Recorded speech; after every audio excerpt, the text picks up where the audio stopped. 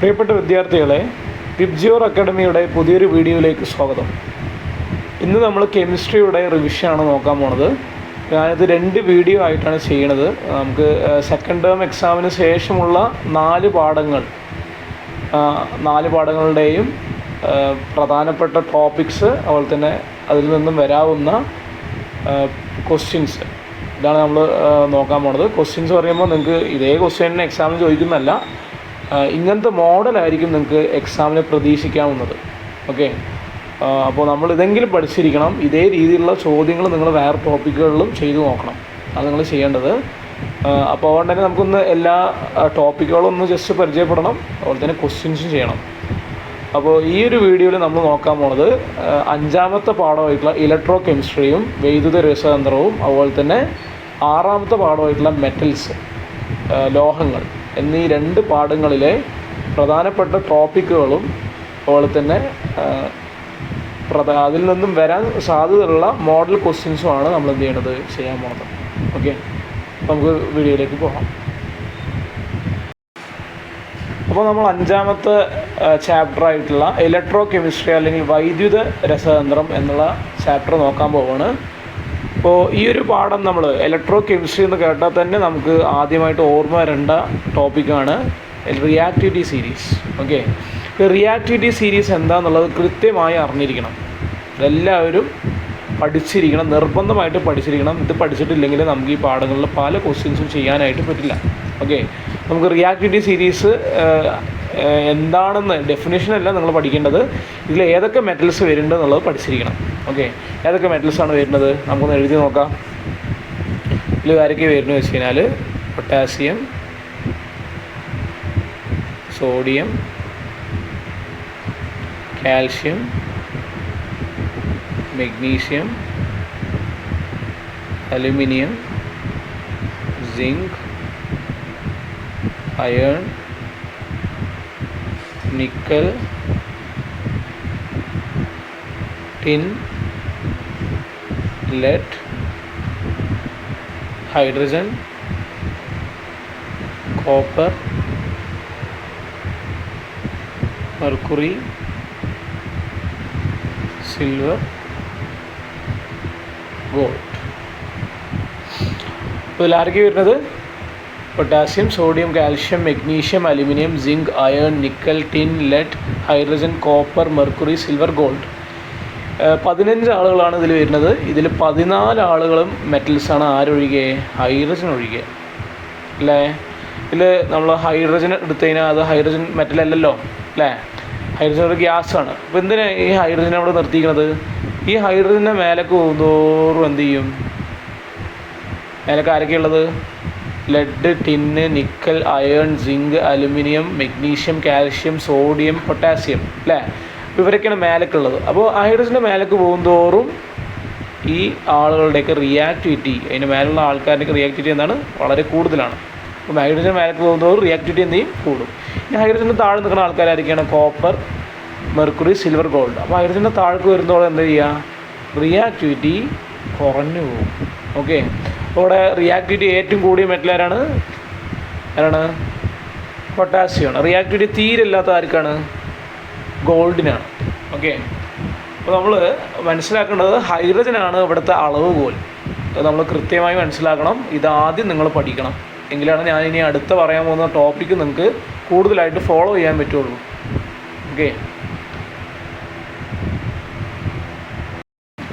Okay, അപ്പോൾ നമ്മൾ reactivity series പഠിച്ചു കഴിഞ്ഞു. റിയാക്ടിവിറ്റി സീരീസ് പറയുമ്പോൾ ആരൊക്കെ വരെ? Potassium, sodium, calcium, magnesium, aluminium, zinc, iron, nickel, tin, lead, hydrogen, copper, mercury, silver, gold, അല്ലേ?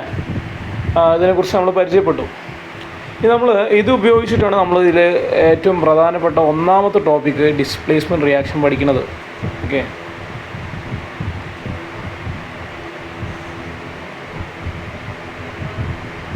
ഒന്നാമത്തെ ടോപ്പിക്ക് ഏതാണ്?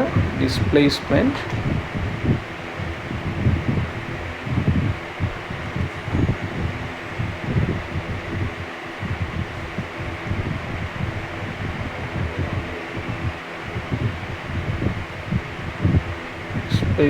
reaction.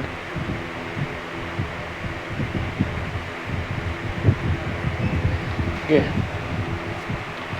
ഇപ്പോൾ ഡിസ്പ്ലേസ്മെൻറ്റ് റിയാക്ഷൻ എന്താണെന്നുള്ളത് നമ്മൾ അറിഞ്ഞിരിക്കണം. എന്താ ഡിസ്പ്ലേസ്മെൻറ്റ് റിയാക്ഷൻ? റിയാക്ടിവിറ്റി കൂടിയ മെറ്റൽ റിയാക്ടിവിറ്റി കുറഞ്ഞ മെറ്റലിനെ അതിൻ്റെ സോൾട്ട് സൊല്യൂഷനിൽ നിന്നും ഡിസ്പ്ലേസ് ചെയ്യും, എടുത്തു മാറ്റും, അപ്പോൾ ആദേശം ചെയ്യും എന്നർത്ഥം. ഓക്കെ. അപ്പോൾ ഇത് ഞാൻ അങ്ങനെ പറഞ്ഞിട്ട് കാര്യമൊന്നുമില്ല, നിങ്ങൾക്ക് റിയാക്ഷനിലൂടെ എക്സ്പ്ലെയിൻ ചെയ്താലാണ് മനസ്സിലാവുള്ളൂ. ഞാൻ 2 റിയാക്ഷൻ അതിനായിട്ട് എടുക്കുകയാണ്.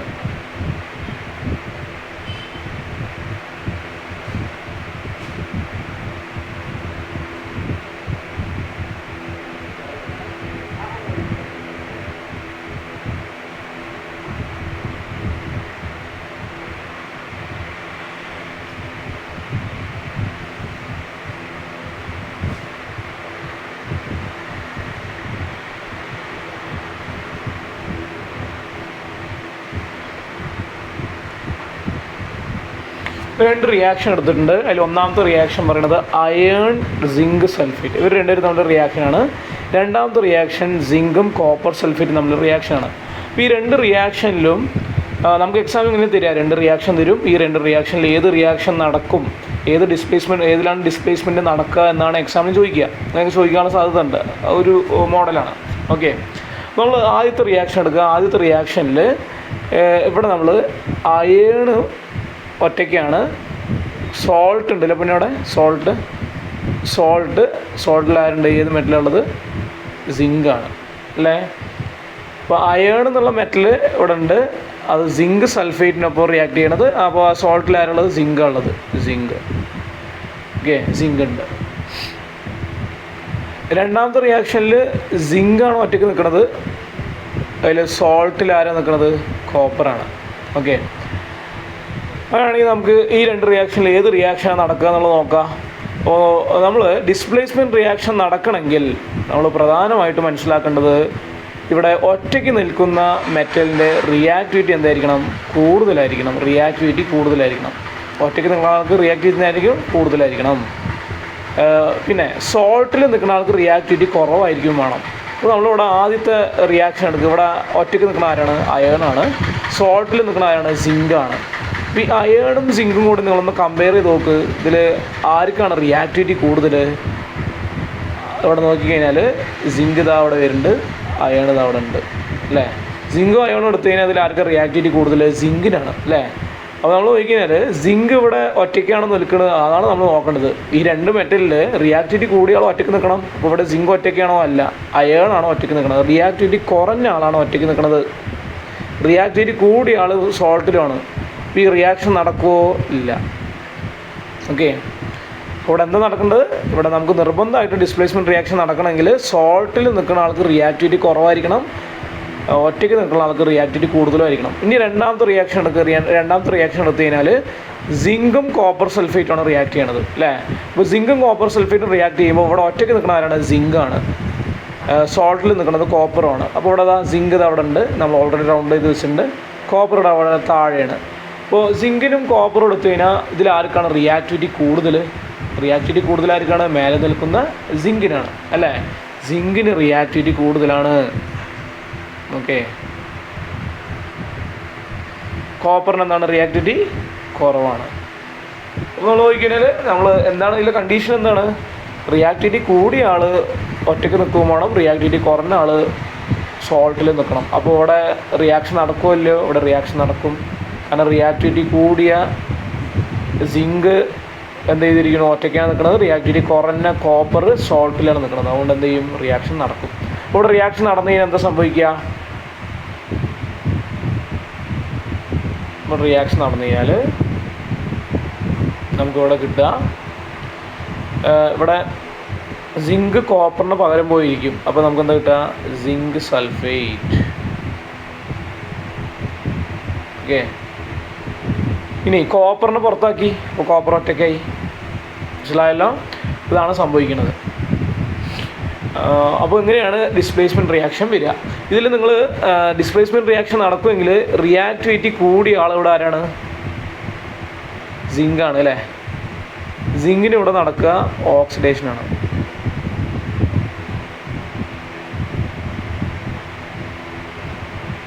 റിയാക്ടിവിറ്റി കുറവ് ഇവിടെ ആയിരിക്കാം? കോപ്പറിനാണ്. കോപ്പറിന് എന്താ നടക്കുക? റിഡക്ഷനാണ് നടക്കുക. ഓക്കെ, അപ്പോൾ ഇത് നിങ്ങൾ പ്രധാനമായിട്ട് അറിഞ്ഞിരിക്കണം.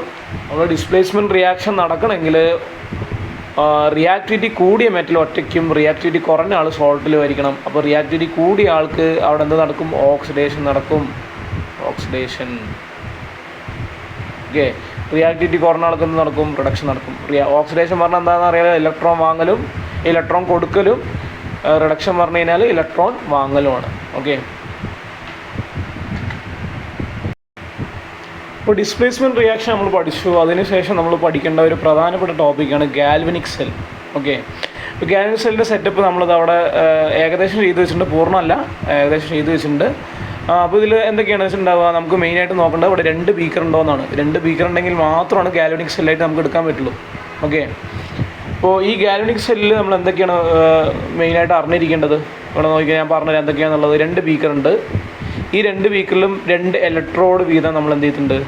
ഡിപ്പ് ചെയ്ത് വെച്ചിട്ടുണ്ട്, മുക്കി വെച്ചിട്ടുണ്ട്. ഓക്കെ, ഇനി ഈ ഇലക്ട്രോഡുകൾ തമ്മിൽ എന്ത് വെച്ചിട്ടാണ് കണക്ട് ചെയ്തിരിക്കുന്നത്? എന്ത് വെച്ചിട്ടാണ് കണക്ട് ചെയ്തിരിക്കുന്നത്?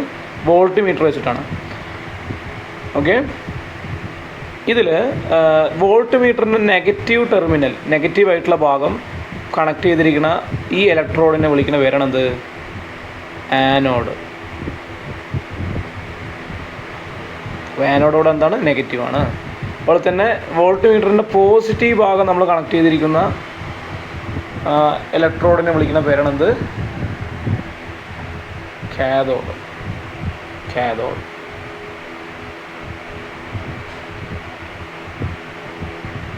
കാഥോഡോട് എന്താണ്? പോസിറ്റീവ്. ഇനി നമ്മൾ നോക്കിക്കഴിഞ്ഞാൽ ഇവിടെ ആനോഡിൽ ഏത് മെറ്റലാണോ എടുത്ത് അതിൻ്റെ സൊല്യൂഷനാണ് നമ്മളിവിടെ എടുക്കുക. അതുപോലെ തന്നെ കാഥോഡിൽ ഏത് മെറ്റൽ എടുത്തോ അതിൻ്റെ സൊല്യൂഷൻ നമ്മൾ ഇവിടെ എടുക്കും. അപ്പോൾ ഒരു എക്സാമ്പിൾ പറയുകയാണെങ്കിൽ ഞാനിവിടെ എന്ത് ചെയ്തു? ഇവിടെ സിങ്ക് എടുത്തു എന്ന് വിചാരിക്കുക. അപ്പോൾ ഞാൻ ഇവിടെ എടുക്കേണ്ട ആരെയാണ്? സിങ്ക് സൾഫേറ്റ് ആണ്. ഇനി കാഥോഡിൽ ഞാൻ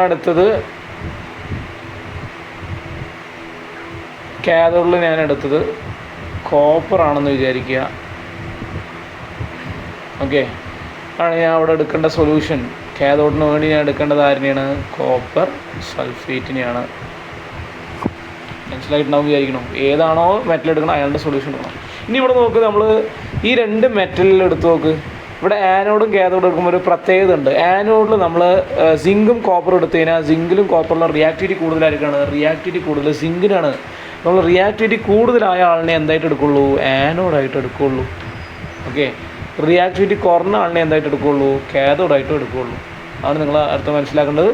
ഇവിടെ ആനോഡിന് റിയാക്ടിവിറ്റി കൂടുതലാണ്, കാഥോഡിന് റിയാക്ടിവിറ്റി എന്തായിരിക്കും? കുറവായിരിക്കും. അതുപോലെ തന്നെ ആനോഡിൽ നമുക്കിവിടെ നടക്കുക ഓക്സിഡേഷനാണ്.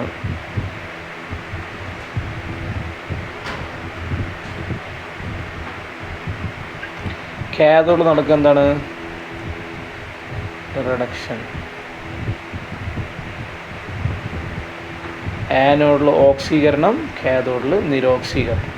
ഓക്കെ, അതുമാത്രമല്ല നമ്മൾ നോക്കിക്കഴിഞ്ഞാൽ ഇവിടെ ഇത് ഇനിയും പൂർണ്ണമായിട്ടില്ല. ഈ ഒരു ഗാൽവനിക് സെല്ല് പൂർണ്ണമാവണമെങ്കിൽ നമ്മളൊരു സാധനം കൂടി വെക്കണം. എന്താണത്? അതാണ് സോൾട്ട് ബ്രിഡ്ജ്.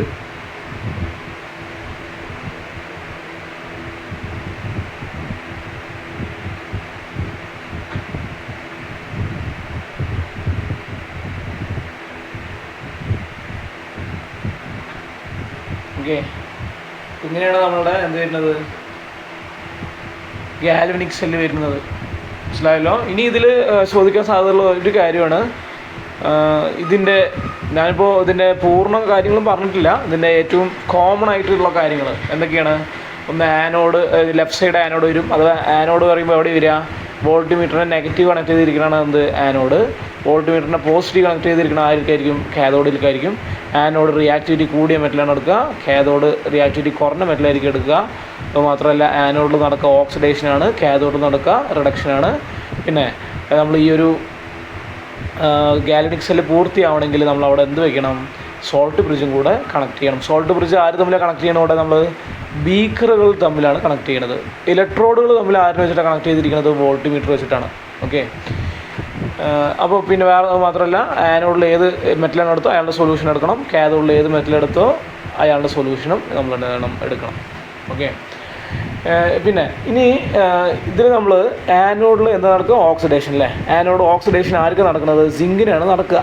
ഓക്കെ, സിങ്കിനായിരിക്കും നടക്കുക. ഓക്സിഡേഷൻ സിങ്കിനാണ് നടക്കുക.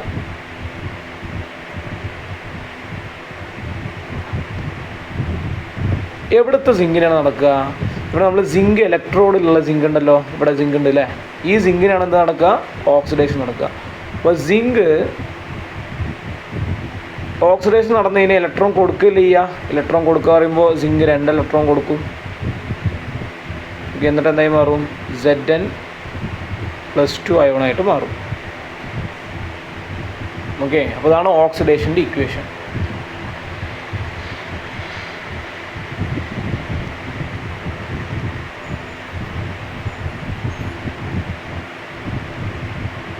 ഓക്കെ, ഇനി അടുത്തത് റിഡക്ഷൻ അല്ലേ. കാഥോഡിൽ റിഡക്ഷനാണ് സംഭവിക്കുന്നത്. അപ്പോൾ റിഡക്ഷൻ ആർക്കാണ് സംഭവിക്കുക? ഇവിടെ കോപ്പറിനാണ് സംഭവിക്കുക. സ്വാഭാവികമായിട്ടും അങ്ങനെ തന്നെ ആയിരിക്കും. എവിടുത്തെ കോപ്പറിനാണ് സംഭവിക്കുക ചോദിച്ചു കഴിഞ്ഞാൽ മെറ്റലിലുള്ള കോപ്പറിനല്ല. ഇത് ശരിക്കും ഇവിടെ കോപ്പറാട്ടോ, ഇവിടെ സിങ്കുമാണ്. നമ്മൾ മെറ്റലിലുള്ള കോപ്പറിനല്ല റിഡക്ഷൻ സംഭവിക്കുക, നേരെ മറിച്ച് സൊല്യൂഷനുള്ള കോപ്പറിനാണ്. ഓക്കെ, സൊല്യൂഷനായിട്ട് കോപ്പർ സൾഫേറ്റ് എടുത്തിരിക്കുന്നത്. അപ്പോൾ ഇതിൽ കോപ്പർ എടുത്തു കഴിഞ്ഞാൽ എങ്ങനെ വരുന്നത്? ഇതിൽ മൊത്തം ഓക്സിഡൈസ് നമ്പർ 0. ഇതിൽ സൾഫേറ്റ് SO4 മാത്രം എടുത്തു കഴിഞ്ഞാൽ -2. അപ്പോൾ ഇയാളുടെ എന്ത് വരിക? +2. ഇവിടെ കോപ്പർ എങ്ങനെ നിൽക്കുന്നത്? Cu+2 ആയിട്ട് നിൽക്കുന്നത്. ഇയാൾ എന്ത് ചെയ്യും? 2 ഇലക്ട്രോൺ വാങ്ങും. എന്നിട്ട് എന്തായി മാറും? കോപ്പറായിട്ട് മാറും. ഓക്കെ, ഇങ്ങനെയാണ് വരുന്നത്. നോക്കിയാൽ ഇവിടെ കോപ്പർ സൊല്യൂഷനിൽ കോപ്പറിനാണ് എന്ത് സംഭവിക്കുക? സൊല്യൂഷനിൽ Cu+2 ആയിട്ട് നിൽക്കുന്ന ഈ കോപ്പറിനാണ് എന്ത് സംഭവിക്കുക? റിഡക്ഷൻ സംഭവിക്കുക. അപ്പോൾ നമ്മൾ ഓൾറെഡി ഇവിടെ 2 കൊടുത്ത് നിൽക്കണം Cu+2 പറഞ്ഞു കഴിഞ്ഞാൽ അല്ലേ. അതുകൊണ്ട് തന്നെ നമ്മളെന്ത് ചെയ്യും? ഇലക്ട്രോൺ തിരിച്ച് വാങ്ങിയിട്ട് കോപ്പറായിട്ട് മാറുകയാണ് ചെയ്യുക. ഓക്കെ, പിന്നെ ഇനി ഇവിടെ ഇതിൻ്റെ എനർജി കൺവേർഷൻ എന്താണെന്നുള്ളത് ചോദിക്കും. ഇതിൻ്റെ എനർജി കൺവേർഷൻ എന്താണെന്ന് നിങ്ങൾ ചോദിച്ചു കഴിഞ്ഞാൽ നിങ്ങൾ എഴുതേണ്ട അവിടെ എന്താണ്? ഇവിടെ കെമിക്കൽ എനർജി എന്തായിട്ട് മാറുകയാണ്? ഇലക്ട്രിക്കൽ എനർജി ആയിട്ട് മാറുകയാണ്. രാസോർജം വൈദ്യുതോർജ്ജമായിട്ട് മാറും. ഓക്കെ, ഇത്രയും കാര്യങ്ങളാണ് ഇതിൽ നമ്മൾ അറിഞ്ഞിരിക്കേണ്ട കാര്യങ്ങൾ കേട്ടോ. നിർബന്ധമായിട്ടും അറിഞ്ഞിരിക്കേണ്ട കാര്യങ്ങളാണ്.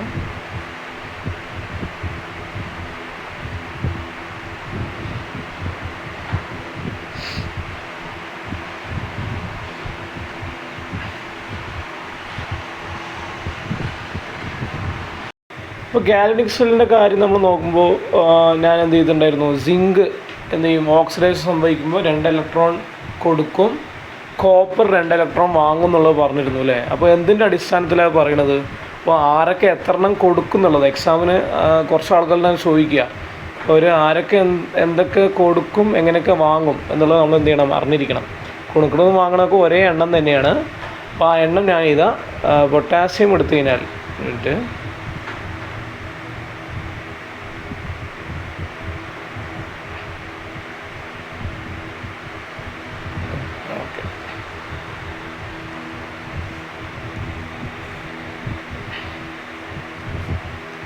പൊട്ടാസ്യം എടുത്തു കഴിഞ്ഞാൽ പൊട്ടാസ്യം 1 കൊടുക്കും ഇല്ലെങ്കിൽ 1 വാങ്ങും. സോഡിയം 1 കൊടുക്കും ഇല്ലെങ്കിൽ 1 വാങ്ങും.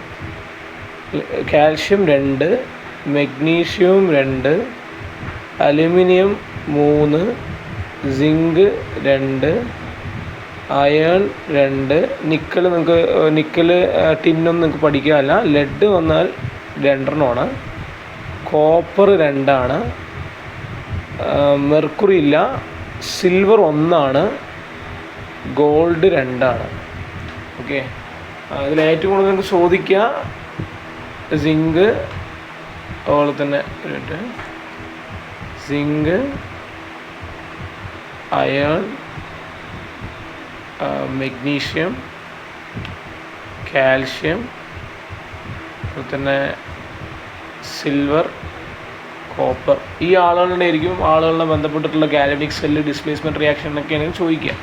ഓക്കെ, അപ്പോൾ എന്തായാലും ഈ തന്ന ആളുകളുണ്ടെങ്കിൽ നിർബന്ധമായിട്ടും പഠിച്ചു. ഹൈഡ്രജൻ്റെ അറിയാമല്ലോ അല്ലേ, ഹൈഡ്രജൻ്റെ ഒന്നാണ്, അല്ലെങ്കിൽ ഒന്ന് കൊടുക്കും അല്ലെങ്കിൽ ഒന്ന് വാങ്ങും, ഒന്ന് കൊടുത്തിട്ട് ഓക്സിഡേഷൻ അല്ലെങ്കിൽ ഒന്ന് വാങ്ങിയിട്ട് റിഡക്ഷൻ.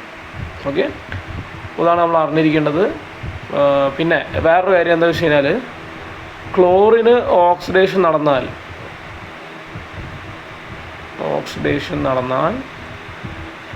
Cl2 ആയിട്ടാണ് മാറുക. ഓക്കെ, അപ്പോൾ അവിടെ ബാലൻസ് ചെയ്യേണ്ടി വരും. ഹൈഡ്രജന് റിഡക്ഷൻ നടന്നാൽ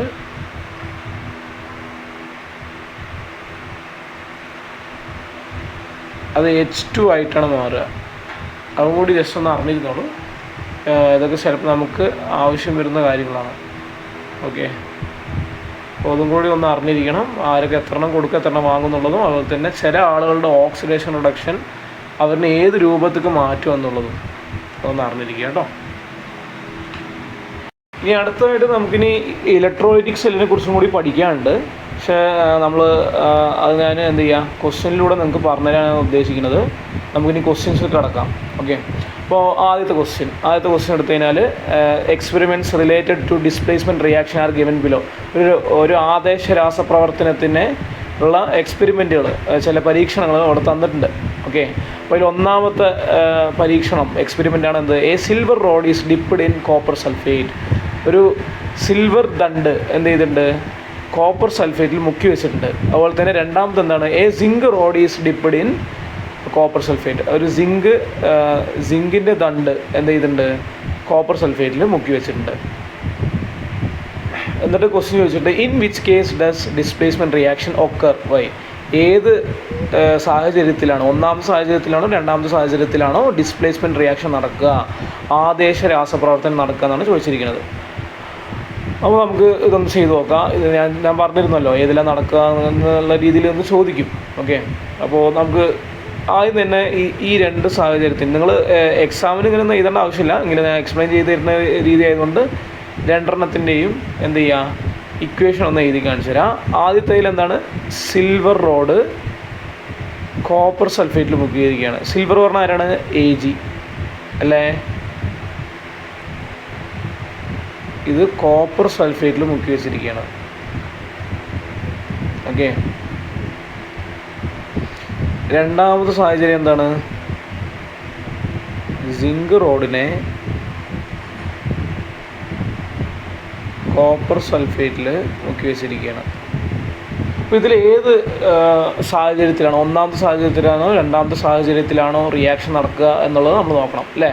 നമ്മൾ ഒന്നാമത്തെ സാഹചര്യം എടുത്തു കഴിഞ്ഞാൽ ഇവിടെ സിൽവറാണ് ആദ്യം വരുന്നത്. സിൽവറാണ് ഒറ്റയ്ക്ക് നിൽക്കുന്നത്. സോൾട്ടിൽ വരുന്നത് ആരാണ്, കോപ്പറാണ്. ഇതിലാർക്ക് റിയാക്ടിവിറ്റി കൂടുതൽ ആർക്കാണ്, റിയാക്ടിവിറ്റി കൂടുതൽ കോപ്പറിനാണ് അല്ലേ. നമ്മൾ പറഞ്ഞിരുന്നു റിയാക്ടിവിറ്റി കൂടിയ ആൾ എന്ത് ചെയ്യണം, റിയാക്ടിവിറ്റി കൂടിയ ആൾ നിർബന്ധമായിട്ട് ഒറ്റയ്ക്ക് നിൽക്കണം, എന്നാൽ മാത്രമാണ് ഡിസ്പ്ലേസ്മെൻറ്റ് റിയാക്ഷൻ നടക്കുകയുള്ളൂ. ഇവിടെ റിയാക്ടിവിറ്റി കൂടിയ ആൾ കോപ്പറാണ്. ഇവിടെ കോപ്പർ ഒറ്റയ്ക്കല്ല നിൽക്കുന്നത്, സോൾട്ടിലാണ് നിൽക്കുന്നത്. അതുകൊണ്ട് എന്ത് ചെയ്യില്ല, ഡിസ്പ്ലേസ്മെൻറ്റ് റിയാക്ഷൻ നടക്കില്ല. ഇനി രണ്ടാമത്തേലോ നമ്മൾ നോക്കിക്കഴിഞ്ഞാൽ ഇവിടെ ഒറ്റയ്ക്ക് നിൽക്കുന്ന ആരാണ്, സിങ്കാണ്. കോപ്പറാണ് എന്ത് ചെയ്യുന്നത്, സോൾട്ടിൽ നിൽക്കുന്നത്. ഇവിടെയും കോപ്പർ തന്നെയാണ്. ഓക്കെ, അപ്പോൾ ഇതിൽ റിയാക്ഷൻ നടക്കുമോ ഇല്ലയോ, റിയാക്ഷൻ നടക്കുമോ നോക്കാൻ റിയാക്ടിവിറ്റി കൂടുതലായിരിക്കണം. ഇവിടെ സിങ്കും കോപ്പറും എടുത്തു കഴിഞ്ഞാൽ സിങ്കിനായതുകൊണ്ട് ഇവിടെ സിങ്ക് ഒറ്റയ്ക്കാണ് നിൽക്കുന്നത്. സിങ്ക് ഒറ്റയ്ക്ക് നിൽക്കുന്നതുകൊണ്ട് ഇവിടെ റിയാക്ഷൻ നടക്കും. അപ്പോൾ ഏത് സാഹചര്യത്തിൽ റിയാക്ഷൻ നടക്കുക, അത് ഞാൻ ഇതിൻ്റെ ആൻസർ ചെയ്താൽ പോകട്ടോ. നിങ്ങൾ ആൻസർ ചെയ്ത് ഇങ്ങനെയൊന്നും ചെയ്യേണ്ട ആവശ്യമില്ല, ഒന്ന് ചെക്ക് ചെയ്ത് നോക്കിയാൽ മതി. ഇങ്ങനെ എഴുതി ചെക്ക് ചെയ്ത് നോക്കുക. എന്നിട്ട് ആൻസർ ചെയ്തേണ്ട രീതി ഇത്രയേ ഉള്ളൂ. ഇതിൻ്റെ ആൻസർ ഇത്രയേ ഉള്ളൂ. ഇതിൻ്റെ ആൻസർ എന്താ വെച്ച് കഴിഞ്ഞാൽ, ഏത് കേസിലാണോ ചോദിച്ചിട്ടുണ്ട്, കേസ് 1 ആണോ കേസ് 2 ആണോ, കേസ് 2ലാണ് എന്ത് ചെയ്യുക, റിയാക്ഷൻ നടക്കുക.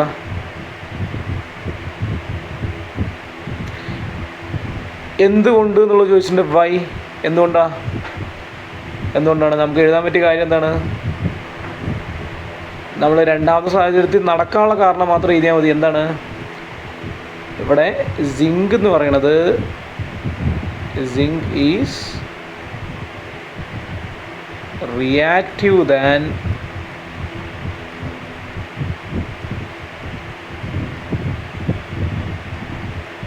കോപ്പർ. സിങ്കിന് കോപ്പറിനേക്കാൾ ക്രിയാശീലത കൂടുതലാണ് എന്നാണ് നമ്മൾ എഴുതേണ്ടത്. ഓക്കെ, അപ്പോൾ നമ്മൾ ഇത്രേ എഴുതേണ്ടുള്ളൂ. ഇതിന് ഏകദേശം ഒരു 2 മാർക്കൊക്കെയാണ് നമുക്ക് പ്രതീക്ഷിക്കാൻ പറ്റുക. ഓക്കെ, ഇനി അടുത്ത ക്വസ്റ്റ്യൻ നോക്കിക്കഴിഞ്ഞാൽ figure of N electrolytic cell is given. ഒരു ഇലക്ട്രോലൈറ്റിക് സെല്ലിൻ്റെ ഫിഗർ തന്നിട്ടുണ്ട് അല്ലേ. ഞാൻ പറഞ്ഞിരുന്നു നമുക്ക് 2 ടോപ്പിക്കുകൾ പഠിക്കാനാണ്, നമുക്ക് 2 സെല്ല് പഠിക്കാനുള്ളത്. ഒന്ന് ഗാൽവാനിക് സെല്ല്, 2 ഇലക്ട്രോലൈറ്റിക് സെല്ല്. ഇപ്പോൾ ഇലക്ട്രോലൈറ്റിക് സെല്ല് നമ്മൾ ക്വസ്റ്റ്യനിലൂടെയാണ് നമ്മൾ നോക്കുക എന്നുള്ളത് പറഞ്ഞിരുന്നു. ഇതൊരു ക്വസ്റ്റ്യനാണ്, നമ്മൾ അതിനെ ബേസ് ചെയ്തിട്ടുള്ളൊരു ക്വസ്റ്റ്യനാണ് നോക്കാൻ പോണത്. അപ്പോൾ ഇവിടെ ഇലക്ട്രോലൈറ്റിക് സെല്ല് തന്നിട്ടുണ്ട് അല്ലേ. ഇലക്ട്രോലൈറ്റിക് സെല്ലിൽ എന്താ നടക്കുന്നത് എന്നുള്ളത് നിങ്ങൾ പഠിച്ചു വെച്ചോ. എന്താ നടക്കുന്നത്? ഇലക്ട്രോളിസിസ് ആണ് നടക്കുക.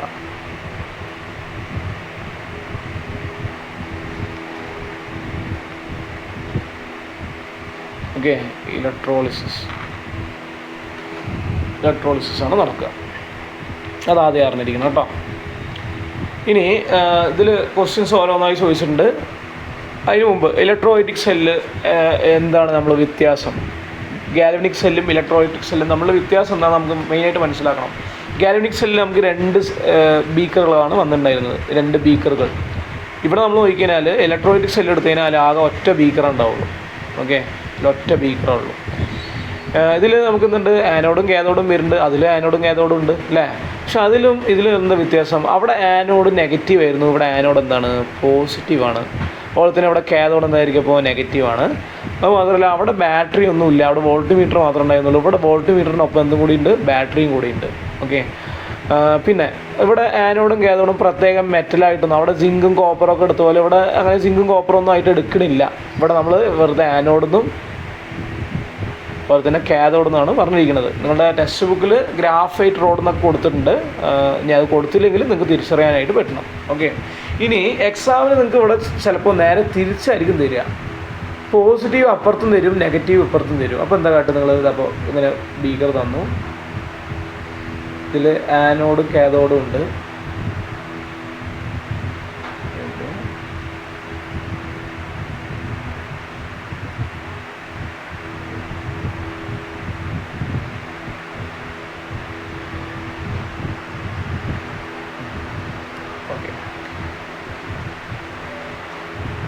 ഇതിൽ നമുക്ക് ബീക്കർ തന്നിട്ടുണ്ട്,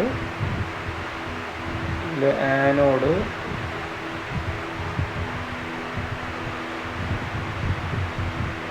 ആനോഡും കാഥോഡും തന്നിട്ടുണ്ട്.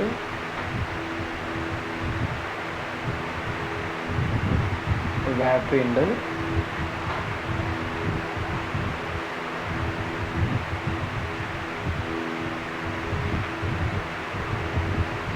ഓക്കെ,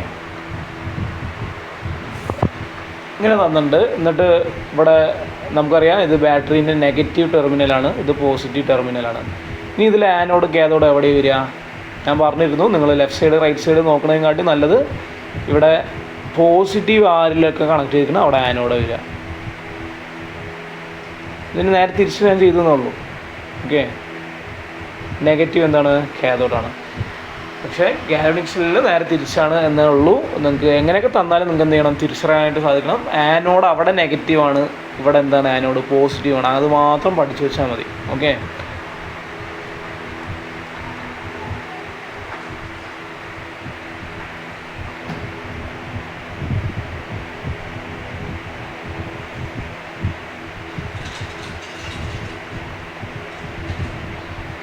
ഇനി നമ്മുടെ ഇവിടെ ക്വസ്റ്റ്യനിൽ കുറച്ച് കാര്യങ്ങൾ ചോദിച്ചിട്ടുണ്ട്. അതിന് മുമ്പ് നിങ്ങൾക്ക് ഇവിടെ നമ്മൾ ഇലക്ട്രോലൈറ്റിക് സെല്ലിൽ നമ്മൾ വരുത്തുന്ന സാധനമാണ് എന്ത്, ഇലക്ട്രോലൈറ്റ്. ഓക്കെ, നമുക്ക് ഈ എക്സാമിന് 2 ആൾക്കാരുടെയാണ് ഇലക്ട്രോലൈറ്റിക് സെല്ല് പഠിക്കാനുള്ളത്. ഒന്ന് മോൾട്ടൺ സോഡിയം ക്ലോറൈഡും, അത് ഇവിടെ മോൾട്ടൺ സോഡിയം ക്ലോറൈഡിനെ നമ്മൾ നോക്കുന്നത്. പിന്നെ ഒന്നുള്ളത് സോഡിയം ക്ലോറൈഡ് സൊല്യൂഷൻ്റെയാണ്. ഓക്കെ, അപ്പോൾ നമ്മൾ ഇവിടെ മോൾട്ടൺ സോഡിയം ക്ലോറൈഡിൻ്റെ ഇലക്ട്രോലൈറ്റിക് സെല്ല് നോക്കാൻ പോണത്. മോൾട്ടൺ സോഡിയം ക്ലോറൈഡ്, ഉരുകിയ സോഡിയം ക്ലോറൈഡ്. ഓക്കെ, അപ്പോൾ ഇവിടെ നിങ്ങൾക്ക് എക്സാമിന് ചോദിക്കാൻ സാധ്യതയുള്ള ഒരു കാര്യമാണ് ഇതിൻ്റെ ഇലക്ട്രോലൈറ്റ് ആരാണ് തന്നിട്ട് തന്നെ ചോദിക്കും. അപ്പോഴും ചിലർ എഴുതൂല അല്ലേ. അപ്പോൾ എഴുതണത് എന്താണ് എഴുതേണ്ടത്? നമ്മൾ ഇതിൻ്റെ ഇലക്ട്രോലൈറ്റ് ആരാണ്, മോൾട്ടൺ സോഡിയം ക്ലോറൈഡാണ്. ഇനി അടുത്തത്, ഇതിൽ ആനോഡിൽ എന്താ നടക്കുന്നത്, കാഥോഡിൽ എന്താ നടക്കുന്നത് എന്ന് ചോദിക്കും. ഓക്കെ, അപ്പോൾ ഞാൻ പറഞ്ഞിരുന്നു നേരത്തെ ആനോഡിൽ എന്താ നടക്കുക, കാഥോഡിൽ എന്താ നടക്കുക എന്നുള്ളത്. ഇവിടെയും അതേ കാര്യം തന്നെ. ആനോഡിൽ എന്താ നടക്കുക, ഓക്സിഡേഷൻ.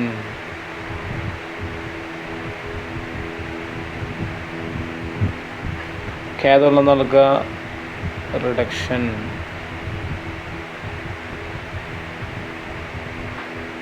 ഓക്കെ,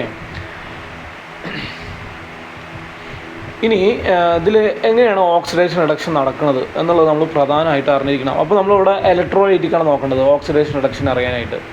അപ്പോൾ ഇലക്ട്രോലൈറ്റ് എടുത്ത് തന്നെ സോഡിയം ക്ലോറൈഡ് മാത്രമേ ഉള്ളൂ. ഇതിൽ മൊത്തം ഓക്സിഡേഷൻ നമ്പർ 0. ഓക്കെ, ഇതിൽ ക്ലോറിൻ്റെ -1 ആണ്. അപ്പോൾ സോഡിയത്തിൻ്റെ എത്ര വരിക, +1. ഇവിടെ 2 അയോൺസാണ് ഉള്ളത്. ഏതൊക്കെ അയോൺസ്? ഒന്ന് Na+1 ആണ്, 2 Cl- ആണ്. അങ്ങനെ 2 അയോൺസാണ് ഉള്ളത്. ഓക്കെ, ഇതിൽ ആർക്ക് ഓക്സിഡേഷൻ നടക്കും, ആർക്ക് റിഡക്ഷൻ നടക്കും? അപ്പോൾ നമ്മൾ പലരും ആലോചിക്കുക സോഡിയത്തിന് ഓക്സിഡേഷൻ നടക്കും, ക്ലോറിന് റിഡക്ഷൻ നടക്കുന്നതാണ്. പക്ഷെ നേരെ തിരിച്ചാണ്. ഞാൻ ആദ്യം പറഞ്ഞുതരാം എന്താ സംഭവം എന്നുള്ളത്.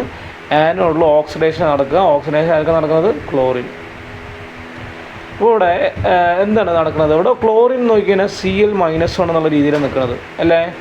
ക്ലോറിൻ ഓൾറെഡി എന്ത് ചെയ്തിരിക്കണം, അപ്പോൾ ഒന്ന് വാങ്ങിയിട്ട് നിൽക്കുകയാണ് അല്ലേ. Cl- എന്ന് പറയുമ്പോൾ ഓൾറെഡി ഒന്ന് വാങ്ങി നിൽക്കുകയാണ്. ഓൾറെഡി ഒന്ന് വാങ്ങി നിൽക്കുന്ന ക്ലോറിന് ഇനി ഒന്ന് വാങ്ങാനായിട്ട് സാധിക്കില്ല. അപ്പോൾ അതെന്ത് ചെയ്യും, വാങ്ങി ഒരെണ്ണം കൊടുക്കുക ചെയ്യുള്ളൂ.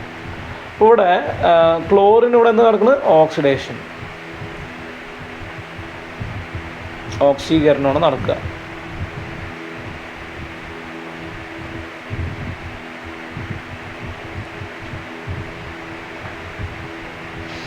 അപ്പോൾ ഇവിടെ ക്ലോറിന് ഓക്സിഡേഷൻ നടന്നു കഴിഞ്ഞാൽ ക്ലോറിൻ എന്തായിട്ടാണ് മാറുള്ളൂ, Cl2 ആയിട്ടേ മാറുള്ളൂ. അപ്പോൾ ഇവിടെ നമുക്ക് ഇവിടെ 2 ക്ലോറിൻ ഉണ്ട്, ഇവിടെ പക്ഷേ ഒറ്റ ക്ലോറിനേ ഉള്ളൂ. നമ്മൾ അതിനെ ബാലൻസ് ചെയ്യാനായിട്ട് ഇവിടെ 2 ഇട്ട് കൊടുക്കും. അതുപോലെ തന്നെ ഇവിടെ എത്ര ഇലക്ട്രോണാണ്, ഒരു ക്ലോറിൻ 1 ഇലക്ട്രോൺ കൊടുക്കുമെങ്കിൽ 2 ക്ലോറിൻ 2 ഇലക്ട്രോൺ കൊടുക്കും. ഓക്കെ, ഇനി അടുത്ത് കാഥോഡ് എടുത്ത് കഴിഞ്ഞാൽ കാഥോഡിൽ റിഡക്ഷനാണ്. അത് ആർക്കാണ് സംഭവിക്കുക, ഇനി ബാക്കിയാരുള്ളത് സോഡിയം. അപ്പോൾ സോഡിയത്തിനെ സംഭവിക്കുക എന്തുകൊണ്ടാണെന്നൊക്കെ ഞാൻ പറഞ്ഞുതരാം. സോഡിയത്തിന് എന്താണ്, റിഡക്ഷൻ.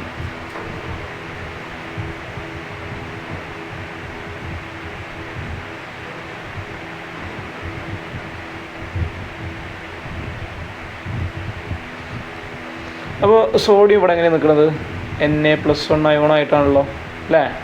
Na+1 ആണ് ഓൾറെഡി ഒന്ന് കൊടുത്ത് നിൽക്കുകയാണ്. വീണ്ടും ഒരെണ്ണം കൊടുക്കാനായിട്ട് സോഡിയത്തിന് സാധിക്കില്ല. അതുകൊണ്ട് എന്ത് ചെയ്യും, ആ കൊടുത്ത ഒരെണ്ണം തിരിച്ച് വാങ്ങും.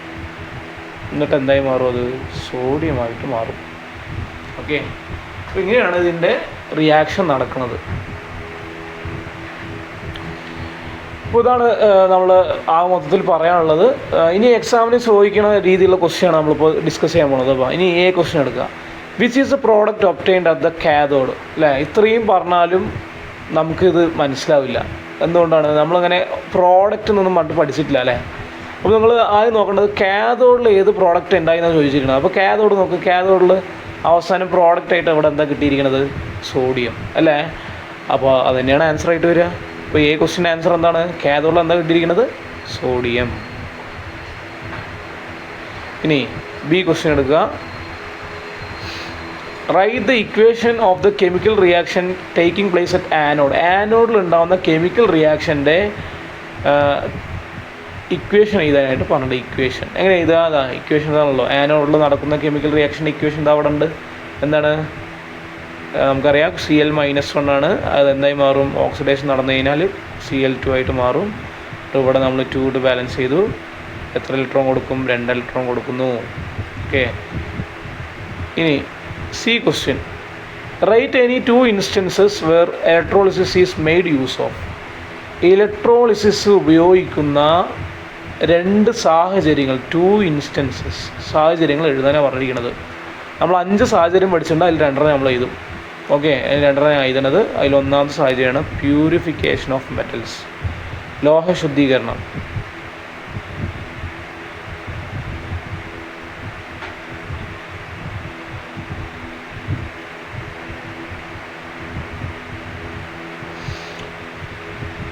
രണ്ടാമത്തെയാണ്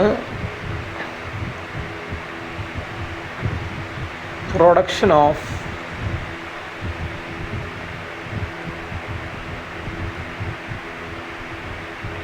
മെറ്റൽസ്, ലോഹ നിർമ്മാണം. ഓക്കെ, ഇങ്ങനെ രണ്ട് കാര്യങ്ങൾ ഇനിയും വരുന്നുണ്ടല്ലോ. Production of non metals, manufacture of compounds എന്നൊക്കെ പറഞ്ഞിട്ട് കുറച്ച് നമ്മൾ ഒരു 5 പഠിക്കാനുണ്ട്. ഓക്കെ, അപ്പോൾ ഈ 5 നമ്മൾ നിർബന്ധമായിട്ടും പഠിച്ചിട്ടുണ്ടാവണം. അതിലേതെങ്കിലും 2 3 ചോദിക്കുള്ളൂ.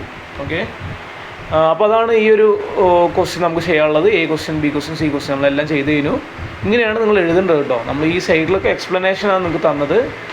നമുക്ക് എക്സ്പ്ലനേഷൻ അല്ലല്ലോ വേണ്ടത്, നമുക്ക് ആൻസർ മാത്രം മതി. നിങ്ങൾ എക്സ്പ്ലനേഷൻ മനസ്സിലാക്കാൻ വേണ്ടി ഞാൻ നിങ്ങൾക്ക് തന്നെന്നുള്ളൂ. ഇതാണ് ആൻസേഴ്സ് ആയിട്ട് വരിക. ഇതിനൊരു ഏകദേശം 4 മാർക്കിനാണ് നിങ്ങൾക്ക് ചോദിക്കുക. ഓക്കെ, എങ്കിൽ അടുത്ത ക്വസ്റ്റ്യൻക്ക് പോവാം. അടുത്ത question, analyse the given equation and answer the questions. Zn plus Cu SO4 giving Zn SO4 plus Cu എന്നാണ് ഈ ഇക്വേഷൻ. ഇതിൽ നമുക്ക് എന്ത് ചെയ്തിട്ടുണ്ട്, ഓക്സിഡേഷൻ നമ്പർ തന്നിട്ടുണ്ട്. സിങ്ക് അല്ലേ, സിങ്കും കോപ്പർ സൾഫേറ്റ് തമ്മിലുള്ള റിയാക്ഷനാണ്. ഇപ്പോൾ സിങ്കിൻ്റെ 0 ആണ്, കോപ്പറിൻ്റെ ഇവിടെ 2+ ആണ്, SO4ൻ്റെ 2- ആണ്. അത് ഒരു സൈഡിലാണ്. അടുത്ത സൈഡിലേക്ക് വരുമ്പോൾ സിങ്കിൻ്റെ 2+ ആവുന്നുണ്ട്, സൾഫേറ്റ് SO4ൻ്റെ 2- ആവുന്നുണ്ട്, കോപ്പറിൻ്റെ 0 ആവുന്നുണ്ട് അല്ലേ. എന്നിട്ട് ക്വസ്റ്റ്യനിൽ ചോദിച്ചിട്ടുണ്ട്, A question, which metal is oxidised, ഏത് മെറ്റലിനാണ് ഓക്സിഡൈസ് സംഭവിച്ചിട്ടുള്ളത്. അതുപോലെ തന്നെ is the above reaction a redox 1/, മേലെ തന്നിട്ടുള്ള റിയാക്ഷൻ ഒരു റിഡോക്സ് റിയാക്ഷൻ ആണോ, റിഡോക്സ് പ്രവർത്തനമാണോ, എന്തുകൊണ്ട് എന്നുള്ളതും ചോദിച്ചിട്ടുണ്ട്.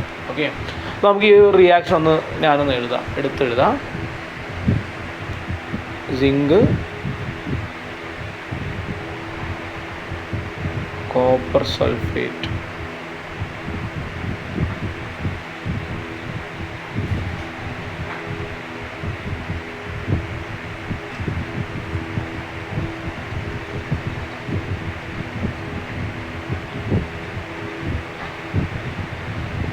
zinc sulfate plus copper. Okay, ഇപ്പോൾ ഇവിടെ നമുക്ക് അതിൻ്റെ ഓക്സിഡേഷൻ നമ്പറൊക്കെ തന്നിട്ടുണ്ട്. സിങ്കിൻ്റെ 0 ആണ്, കോപ്പറിൻ്റെ 2+ ആണ്, അല്ലെങ്കിൽ +2 ആണ്. +2 തരും കേട്ടോ. ഇപ്പോൾ തന്നെ സൾഫേറ്റ് SO4ൻ്റെ മൊത്തത്തിലാണ് എന്ത് 2-. ഇവിടെ സിങ്ക്, ഇവിടെ എത്തി നോക്കുമ്പോൾ സിങ്കിൻ്റെ 2+ ആണ്, SO4ൻ്റെ 2- ആണ്, കോപ്പറിൻ്റെ 0 ആണ്. അപ്പോൾ ഇവിടെ വിച്ച് മെറ്റൽ ഈസ് ഓക്സിഡൈസ് എന്ന് ചോദിച്ചിട്ടുണ്ട്. ഇവിടെ ആർക്കാണ് ഓക്സിഡൈസ് സംഭവിച്ചത്? ഓക്സിഡൈസ് സംഭവിച്ചത് നോക്കാൻ നമ്മൾ ഇവിടുന്ന് ലെഫ്റ്റ് സൈഡിൽ നിന്ന് റൈറ്റ് സൈഡിലേക്ക് ഒന്ന് ഓരോരുത്തരുടെ ഓക്സിഡേഷൻ നമ്പർ നോക്കുക. ഇവിടെ സിങ്ക് എടുക്കുക, സിങ്കിൻ്റെ ഓക്സിഡേഷൻ നമ്പർ ഇവിടെ 0 ആണ്, അപ്പുറത്തെത്തിയപ്പോൾ എന്തായി മാറി, 2+ ആയിട്ട് മാറി. ഓക്കെ, ഇത് നേരെ മറിച്ച് കോപ്പറിൻ്റെ ഓക്സിഡേഷൻ നമ്പർ ഇവിടെ 2+ ആണ്. ഇത്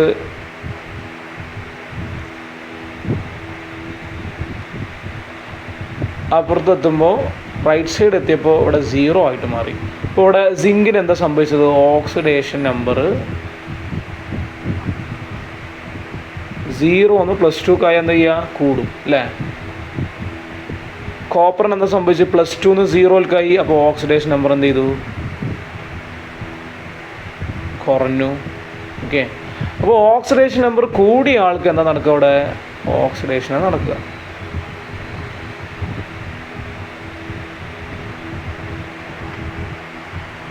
ഓക്സിഡേഷൻ നമ്പർ കുറഞ്ഞ ആൾക്ക് എന്താ നടക്കുക,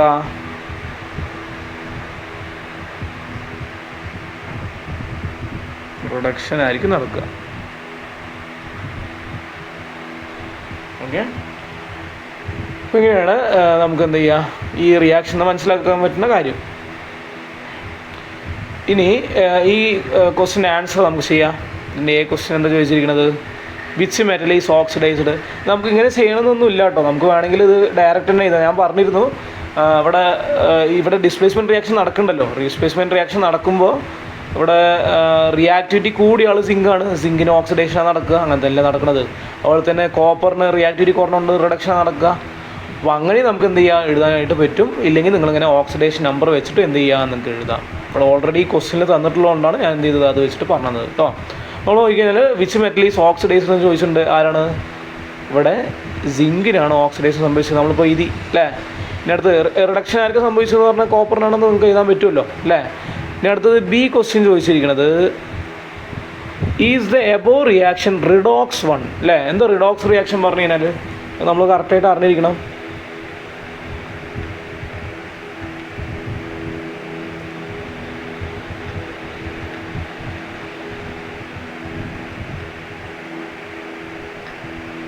എന്ത് റിഡോക്സ് റിയാക്ഷൻ?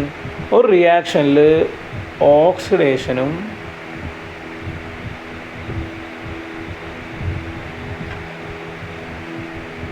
റിഡക്ഷനും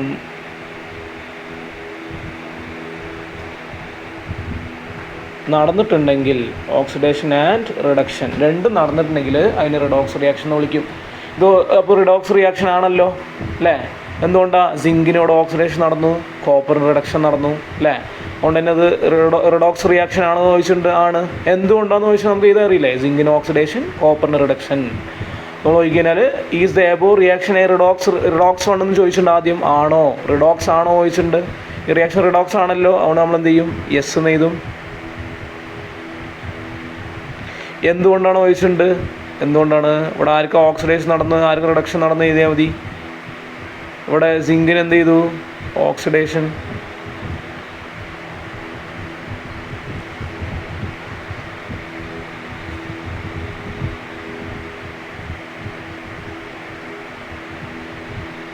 കോപ്പറിന് എന്താണ്?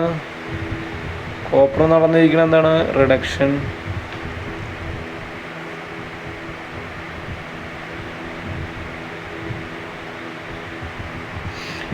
അപ്പോൾ ഇതാണ് അതിൻ്റെ കാരണം. ഇത്ര എഴുതിയാൽ മതി കേട്ടോ. ഇവിടെ നമ്മൾ നോക്കിക്കഴിഞ്ഞാൽ ഇതിന് നമുക്ക് ഏകദേശം ഒരു 2 അല്ലെങ്കിൽ 3 ഇതിലേതെങ്കിലും ഒന്ന്, ഏതെങ്കിലും ഒരു മാർക്ക് നമുക്ക് പ്രതീക്ഷിക്കാം. ഓക്കെ, 2ഓ 3ഓ മാർക്ക് നമുക്ക് എന്ത് ചെയ്യാം? ഒന്ന് പ്രതീക്ഷിക്കാനായിട്ട് പറ്റും. ഓക്കെ, ഇനി അടുത്ത ക്വസ്റ്റ്യൻ. നമുക്കിവിടെ ഒരു ടേബിൾ തന്നിട്ടുണ്ട്. ആദ്യത്തെ കോളം സെല്ല്, രണ്ടാമത്തെ കോളം പോസിറ്റീവ് ഇലക്ട്രോഡ്, മൂന്നാമത്തെ കോളം നെഗറ്റീവ് ഇലക്ട്രോഡ്. ഇതിൽ ഒന്നാമത്തെ തന്നിരിക്കുന്നത് ഗാൽവനിക് സെല്ലാണ്. ഗാൽവനിക് സെല്ലിൻ്റെ പോസിറ്റീവ് ഇലക്ട്രോഡ് തന്നിട്ട് കാഥോഡ്, നെഗറ്റീവ് തന്നിട്ടില്ല, എ ആണ്. അതുപോലെ തന്നെ എ നമ്മൾ കണ്ടുപിടിക്കണം. അതുപോലെ തന്നെ ഇലക്ട്രോലൈറ്റിക് സെല്ലിൻ്റെ പോസിറ്റീവ് ഇലക്ട്രോഡ് ഏതാണെന്ന് തന്നിട്ടില്ല, നെഗറ്റീവ് ഇലക്ട്രോഡും ഏതാണെന്ന് തന്നിട്ടില്ല. ഓക്കെ, ഇത് സിമ്പിൾ ക്വസ്റ്റ്യൻ ആണ്, നമുക്ക് പെട്ടെന്ന് തന്നെ ചെയ്യാൻ പറ്റും. നമ്മൾ പഠിച്ച കാര്യമാണല്ലോ അല്ലേ.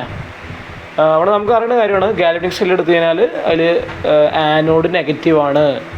ഇപ്പോൾ കാഥോഡ് സ്വാഭാവികമായിട്ടും എന്താണ്? പോസിറ്റീവ് ആയിരിക്കും. അതുപോലെ തന്നെ ഇലക്ട്രോലൈറ്റിക് സെല്ല് എടുത്തു കഴിഞ്ഞാൽ ആനോഡ് പോസിറ്റീവാണ്. അപ്പോൾ പോസിറ്റീവായിട്ട് ഇവിടെ ആരോ വരിക? ആനോഡ് വരിക. അതുപോലെ തന്നെ നെഗറ്റീവായിട്ട് ആരോ വരിക? അപ്പോൾ കാഥോഡായിരിക്കും വരിക. നമ്മൾ പഠിച്ച കാര്യം ഇവിടെ എഴുതുന്നതെന്നുള്ളൂ. പുതിയ തരത്തിലുള്ള ക്വസ്റ്റ്യനാണ് എന്നൊന്നല്ല, നമുക്ക് പുതിയൊരു സംഭവമാണെന്നൊന്നല്ല, നമ്മൾ പഠിച്ച കാര്യം തന്നെ ഇവിടെ നമ്മൾ എഴുതാൻ പോകണം. ഓക്കെ, അപ്പോൾ ഇവിടെ നമുക്ക് പിന്നെ ഇവിടെ തന്നിട്ടുണ്ട്. ഇവിടെ കാഥോഡ് നമ്മുടെ നമുക്ക് തന്നിട്ടുണ്ട്, ഓൾറെഡി തന്നിട്ടുള്ളതുകൊണ്ട് നമുക്കിവിടെ അപ്പുറത്ത് എന്തായാലും എഴുതാം അല്ലേ. പോസിറ്റീവ് കാഥോഡാണെങ്കിൽ നെഗറ്റീവ് എന്താ വരിക? ആനോഡായിരിക്കും വരിക. ഇനി ഇലക്ട്രോലൈറ്റിക് സെല്ല് എടുത്തു കഴിഞ്ഞാൽ എന്താണ്? ഇതിൻ്റെ നേരെ തിരിച്ചാൽ വരിക അല്ലേ. പോസിറ്റീവ് പറയുമ്പോൾ ആരോ വരിക? ആനോഡാണ് വരിക. നെഗറ്റീവ് പറഞ്ഞാൽ ആരോ വരിക? കാഥോഡായിരിക്കും വരിക. ഓക്കെ, ഇപ്പോൾ നമ്മൾ എഴുതണം. ഇങ്ങനെ എഴുതുക. എക്സാമിന് നമ്മളിങ്ങനെ എഴുതിയിട്ട് കാര്യമില്ലല്ലോ. ABC എന്ന് എഴുതിയിട്ട് എത്രയാണ്? എന്താണ്? ആനോഡാണ്. ബിയും തന്നെയാണ്, ആനോഡ് തന്നെയാണ്. സി എന്താണ്? സി എന്ന് പറയുന്നത് എന്താണ്? കാഥോഡാണ്. ഓക്കെ, അപ്പോൾ ഇത്രയേ ഉള്ളൂ ഇതിൻ്റെ ആൻസർ. അപ്പോൾ നമുക്ക് അങ്ങനെയൊക്കെ സിമ്പിളായിട്ടുള്ള ക്വസ്റ്റ്യൻസ് എന്ത് ചെയ്യുന്നുണ്ട്? എക്സാമിന് ചോദിക്കലുണ്ട്. അപ്പോൾ നമ്മളതൊക്കെ പഠിച്ചു വെച്ചാൽ നമുക്ക് എന്ത് ചെയ്യാൻ പറ്റും? എന്തായാലും എഴുതാൻ പറ്റും. ഓക്കെ, കൃത്യമായി പഠിച്ചു വെക്കുക എന്നുള്ളതാണ്. കൺഫ്യൂഷൻ ഇല്ലാത്ത രീതിയിൽ നമ്മൾ എന്ത് ചെയ്യണം? പഠിച്ചു വെക്കണം. നമ്മൾ പഠിച്ചു വെക്കേണ്ടത് ഇത്രയേ ഉള്ളൂ. ഗാൽവനിക് സെല്ലിൽ ആനോഡ് നെഗറ്റീവ്, അപ്പോൾ ഇലക്ട്രോലൈറ്റിക് സെല്ലിൽ ആനോഡ് പോസിറ്റീവ്. അപ്പോൾ നേരെ തിരിച്ച് കാഥോഡ് പഠിച്ചു വെക്കാമല്ലോ. ഓക്കെ, അടുത്ത ക്വസ്റ്റ്യൻ. ഇതൊരു പ്രധാനപ്പെട്ട ക്വസ്റ്റ്യനാണ്. നമ്മളിപ്പോൾ എന്ത് ചെയ്തിട്ടുണ്ട്? ഇലക്ട്രോലൈറ്റിക് സെല്ല് 2 പേരിനെ പഠിച്ചത് അല്ലേ. ആരിൻ്റെയൊക്കെയാണ്? ഒന്നാമത്തെ ആളാണ് molten sodium chloride. 2 sodium chloride solution. അത് നമ്മളിവിടെ ഡിസ്കസ് ചെയ്തിട്ടില്ല എന്നുള്ളൂ, നമ്മൾ 2 പഠിക്കുന്നത്. ഓക്കെ, അപ്പോൾ ഈ 2 നമ്മൾ പഠിച്ചിട്ടുള്ളൂ. പക്ഷെ നമുക്ക് ഇവിടെ ക്വസ്റ്റ്യനിൽ ചോദിച്ചിരിക്കുന്നത് name the product formed at the cathode on electrolysis of molten sodium chloride. ഇവിടെ ഇലക്ട്രോളിസിസ് എന്ന് കണ്ടതിനകത്ത് തന്നെ അത് ഏത് സെല്ലാണെന്ന് മനസ്സിലാക്കണം. ഇലക്ട്രോലിറ്റിക് സെല്ലാണെന്ന് മനസ്സിലാക്കണം.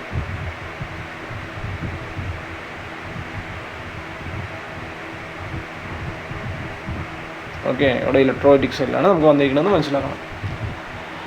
അപ്പോൾ ഇവിടെ ഇലക്ട്രോലിറ്റിക് സെല്ല് ആരിനെ ഇവിടെ ചോദിച്ചിരിക്കുന്നത് മോൾട്ടൺ പൊട്ടാസ്യം ക്ലോറൈഡിൻ്റെയാണ്. സോഡിയം ക്ലോറൈഡ് അല്ല, പൊട്ടാസ്യം ക്ലോറൈഡാണ് അല്ലേ. നമ്മൾ ആകെ പഠിച്ചിട്ടുള്ള ആരുടെയാണ്? സോഡിയം ക്ലോറൈഡിൻ്റെയാണ്. പക്ഷേ ചോദിച്ചിരിക്കുന്ന ആരുടെയാണ്? പൊട്ടാസ്യം ക്ലോറൈഡിൻ്റെയാണ്. അപ്പോൾ ഔട്ട് ഓഫ് സിലബസ് ക്വസ്റ്റ്യൻ ആണോ? അല്ല, അതാണ് ഇവിടുത്തെ വിഷയം. ഓക്കെ, ഒരിക്കലും ഔട്ട് ഓഫ് സിലബസ് ക്വസ്റ്റ്യൻ അല്ല. കാരണം എന്താണ്, നമുക്ക് പഠിച്ച കാര്യം തന്നെ ഇവിടെ ഉപയോഗിക്കാനായിട്ടാണ് ഈ ഒരു ക്വസ്റ്റ്യൻ വന്നിരിക്കുന്നത്. ഓക്കെ, അപ്പോൾ ഇവിടെ ആരാണ് ഇലക്ട്രോലൈറ്റ്? ഇവിടെ ഇലക്ട്രോലൈറ്റ് നമ്മൾ നേരത്തെ മോൾട്ടൺ സോഡിയം ക്ലോറൈഡ് എടുത്ത പോലെ ഇവിടെ ആരാണ്? Molten potassium ക്ലോറൈഡാണ്.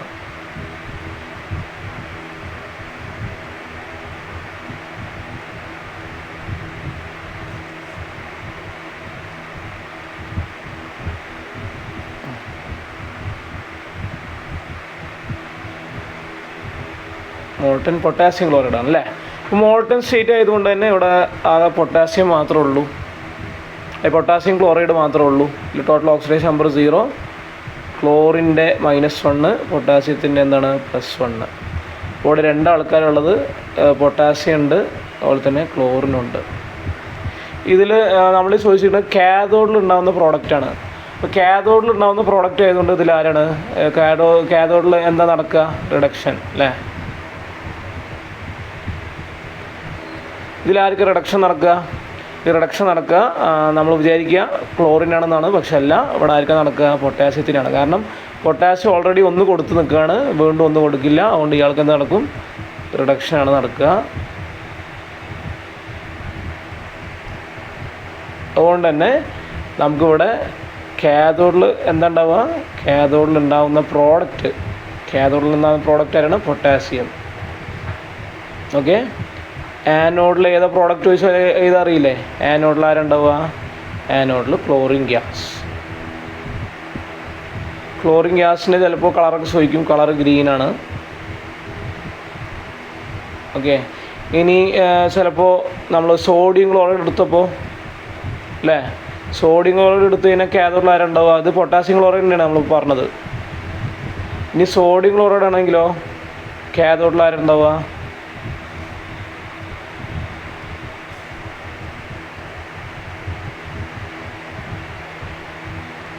കാഥോഡിൽ സോഡിയമാണ്.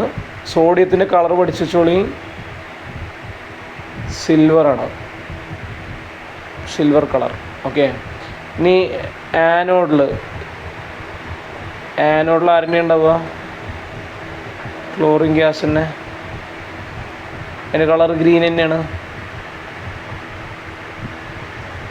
ഓക്കെ, അങ്ങനെയാണ് വരുന്നത്. അപ്പോൾ ഇതിൻ്റെ ആൻസർ എത്രയേ ഉള്ളൂ? ആൻസർ എന്താണ്? പിന്നെ ആൻസർ നിങ്ങൾക്ക് ഇത്ര എഴുതിയാൽ മതി. ഞാൻ ഇത് എക്സ്പ്ലെയിൻ ചെയ്തെന്ന് ഇത്ര എക്സ്പ്ലെയിൻ ചെയ്യണമെന്ന് വിചാരിക്കുന്നത്. അത് 1 മാർക്കിന് ക്വസ്റ്റ്യനാണ്. ഇതിൻ്റെ ആൻസർ ഇത്രയേ ഉള്ളൂ, പൊട്ടാസ്യം. ഓക്കെ, ഇതിൽ മോൾട്ടൺ പൊട്ടാസ്യം ക്ലോറൈഡ് ആണെങ്കിൽ ഇവിടെ എന്താ വരിക? പൊട്ടാസ്യമാണ് വരിക. അപ്പോൾ നിങ്ങൾ മനസ്സിലാക്കേണ്ടത്, ഒരു ഇലക്ട്രോലൈറ്റ് വന്നിട്ട് അതിൽ നിങ്ങൾക്ക് ആരാണ് കാഥോഡിൽ ഉണ്ടാവുക, ആരാണ് ആനോഡിൽ ഉണ്ടാവുക എന്ന് ചോദിച്ചു കഴിഞ്ഞാൽ മോൾട്ടൺ സ്റ്റേറ്റിലാണെങ്കിൽ നിർബന്ധമായിട്ട് നിങ്ങൾ അവിടെ അറിഞ്ഞിരുന്നോ, അവിടെ എന്തായാലും അറിഞ്ഞിരുന്നാൽ മതി.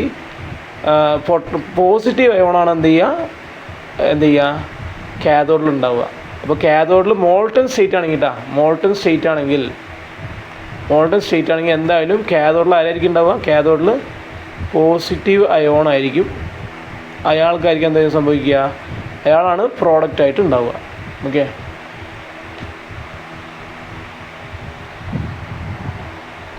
എക്സ്പ്ലെയിൻ ചെയ്യേണ്ട ആവശ്യമില്ല. പിന്നെ അടുത്ത question, name the product formed at the cathode on electrolysis of molten potassium chloride. നമ്മൾ ഇവിടെ ക്വസ്റ്റ്യനിൽ തന്നിരിക്കുന്നത് കാഥോഡിൽ ഉണ്ടാവുന്ന പ്രോഡക്റ്റാണ് അല്ലേ. ആരിൻ്റെ എപ്പോൾ ഉണ്ടാകുന്ന പ്രോഡക്റ്റാണ്? മോൾട്ടൺ പൊട്ടാസ്യം ക്ലോറൈഡിൻ്റെ ഇലക്ട്രോളിസിസ് കഴിഞ്ഞിട്ട് നമുക്ക് കാഥോഡിൽ കിട്ടുന്ന പ്രോഡക്റ്റാണ് എഴുതേണ്ടത്. അപ്പോൾ നമുക്ക് ഇലക്ട്രോളിസിസുമായിട്ട് ബന്ധപ്പെട്ടായിട്ട് നമ്മളിവിടെ പഠിക്കുന്ന ഒറ്റ ആളുള്ളൂ, അതാണ് ആര്? Electrolytic cell.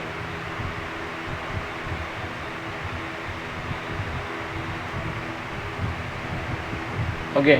ഇപ്പോൾ ഇലക്ട്രോലൈറ്റിക്സിൽ നമ്മൾ രണ്ടാളുടെ പഠിച്ചിട്ടുള്ളത് അല്ലേ? ആരുടെയൊക്കെയാണ്? ഒന്ന് മോൾട്ടൻ സോഡിയം ക്ലോറൈഡാണ്.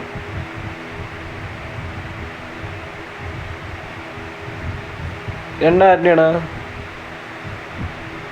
Sodium chloride സൊല്യൂഷൻ്റെയാണ്.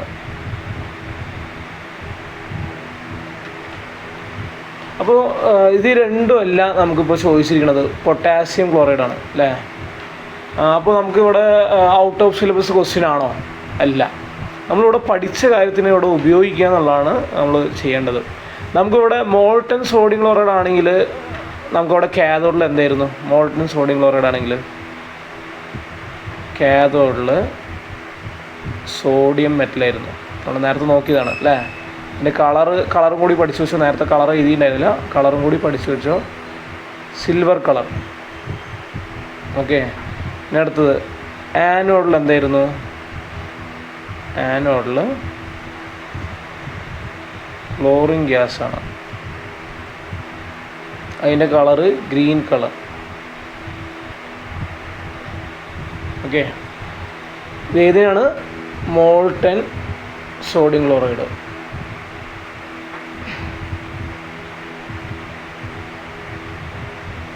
എഴുതിയ ഓർഡർ ഓർമ്മയുണ്ടല്ലോ അല്ലേ? ഫസ്റ്റ് കാഥോഡ് പിന്നെ ആനോഡോ ഞാൻ എഴുതിയത്. സാധാരണ ആനോഡ് കാഥോഡല്ല എഴുതൽ, പക്ഷേ അതിൽ കാഥോഡും ആനോഡും ആയിട്ട് എഴുതിയിരിക്കുന്നത്. ഇങ്ങനെ തന്നെ പഠിച്ചു വെച്ചാൽ മതി കേട്ടോ.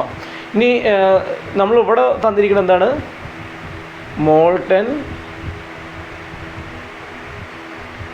പൊട്ടാസ്യം ക്ലോറൈഡാണ് അല്ലേ? ഇവിടെ കാഥോഡിൽ ആരായിരിക്കും ഉണ്ടാവുക? ഇവിടെ കാഥോഡിലുണ്ടാവുക ആരാണ്?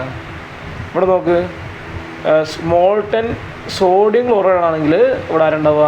സോഡിയമാണ് ഉണ്ടായിരുന്നത് അല്ലേ കാഥോഡിൽ? അതേപോലെ ഇവിടെ ആരായിരിക്കും ഉണ്ടാവുക? അപ്പോൾ ഇവിടെ പൊട്ടാസ്യം ആയിരിക്കും ഉണ്ടാവുക.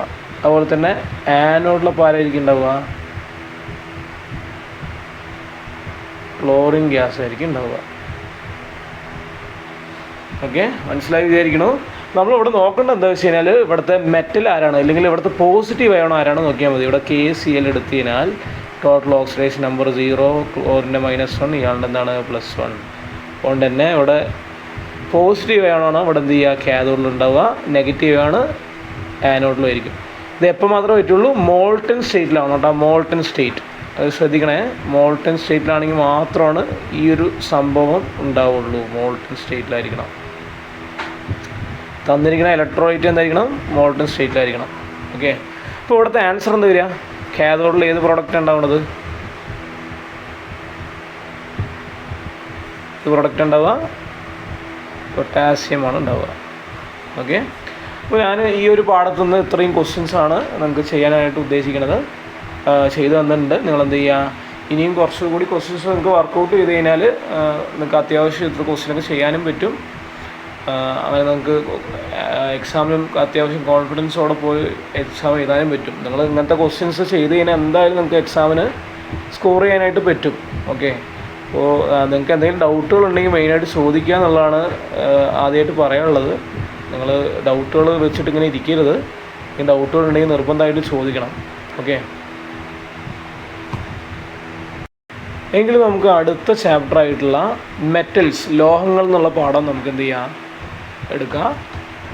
ലോഹങ്ങൾ എന്നുള്ള ചാപ്റ്ററിൽ നമുക്ക് ആകെ നിങ്ങൾക്ക് പഠിക്കാനായിട്ടുള്ളത് ഈ ഒരു ഭാഗത്തുനിന്ന് സെക്കൻഡ് ടേം എക്സാമിന് ചോദിക്കുന്ന പോർഷൻസ് എന്ന് പറയുന്നത്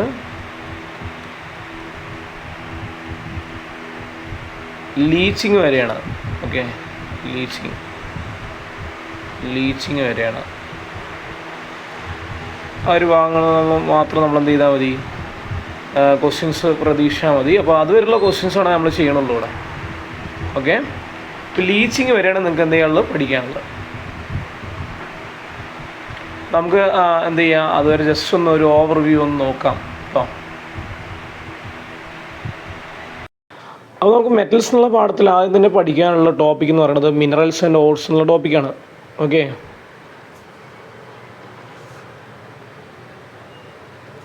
അപ്പോൾ മലയാളത്തിൽ പറയുകയാണെങ്കിൽ ധാതുക്കളും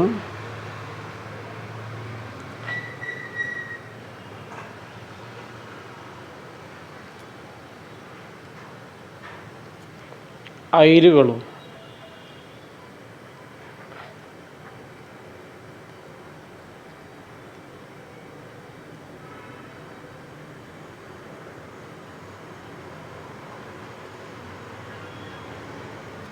ഓക്കെ, അപ്പോൾ ഈ ഒരു ടോപ്പിക്കാണ് നമുക്ക് ആദ്യം തന്നെ പഠിക്കാനുള്ളത്. അപ്പോൾ ഇതിൽ നമ്മൾ ആദ്യം മിനറൽസ് എന്താണെന്നുള്ളത് പഠിക്കണം. അപ്പോൾ ഇത് രണ്ടും തമ്മിലുള്ള വ്യത്യാസം നമ്മൾ നേരെ മനസ്സിലാക്കണം, കാരണം എക്സാമിന് അത് ചോദിക്കലുണ്ട്. മിനറൽസ് അല്ലെങ്കിൽ ധാതുക്കൾ എന്താണ്, ഞാൻ അവിടെ എഴുതാം, അതിപ്പോൾ തന്നെ പഠിച്ചു വെച്ചോളി. Metallic,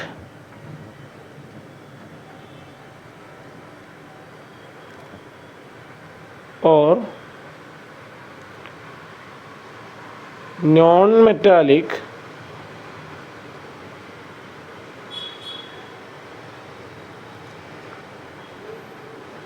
compounds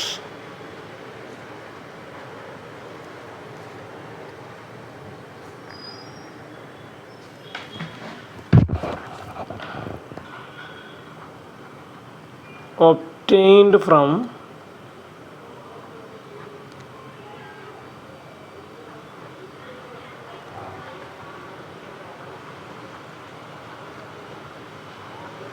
earth crust are called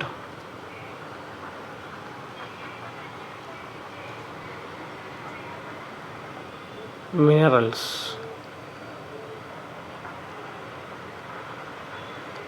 എന്താണ് മിനറൽസ് എന്ന് പറഞ്ഞു കഴിഞ്ഞാൽ, എർത്തിൻ്റെ ക്രസ്റ്റിൽ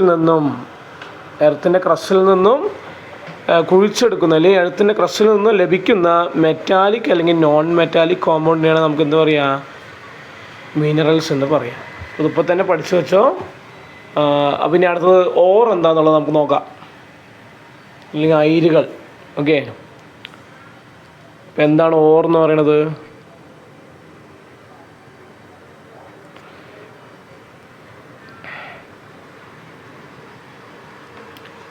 A mineral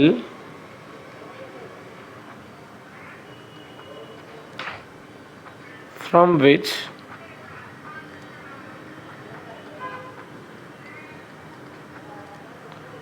the metal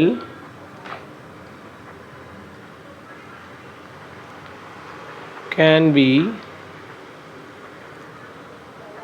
easily and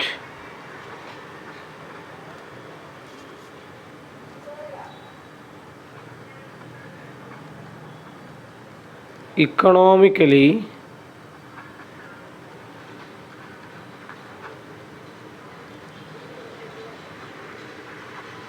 extracted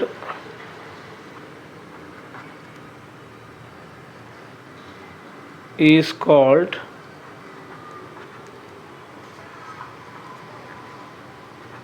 ore of the metal.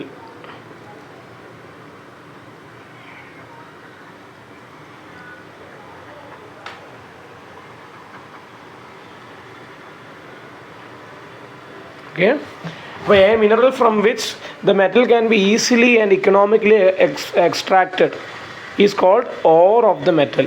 നമ്മളൊരു മിനറലിൽ നിന്ന് എന്ത് ചെയ്യാൻ പറ്റണം? മിനറൽ ഓർ എന്ന് പറയുന്നത് എന്താണ്? ഒരു മിനറൽ തന്നെയാണ്.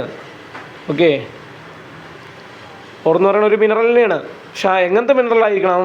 നമുക്ക് അതിൽ എടുക്കുന്ന മെറ്റലിനെ എങ്ങനെ എക്സ്ട്രാക്ട് ചെയ്യാൻ പറ്റണം, എങ്ങനെ വേർതിരിക്കാൻ പറ്റണം? ഈസിലി ആൻഡ് ഇക്കണോമിക്കലി എക്സ്ട്രാക്റ്റബിൾ ആയിരിക്കണം.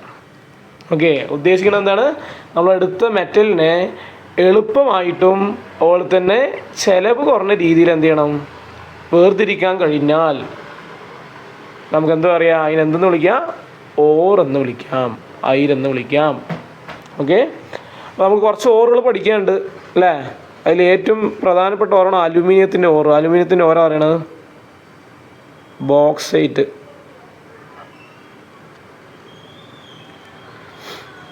ഓക്സൈഡിൻ്റെ കെമിക്കൽ ഇക്വേഷൻ കൂടി പഠിച്ചു വെച്ചോ. Al2O3 2H2O.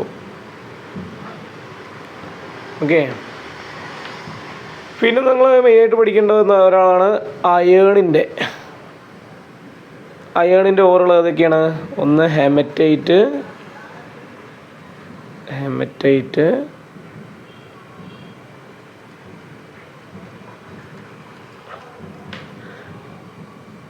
രണ്ട് മാഗ്നറ്റൈറ്റ്.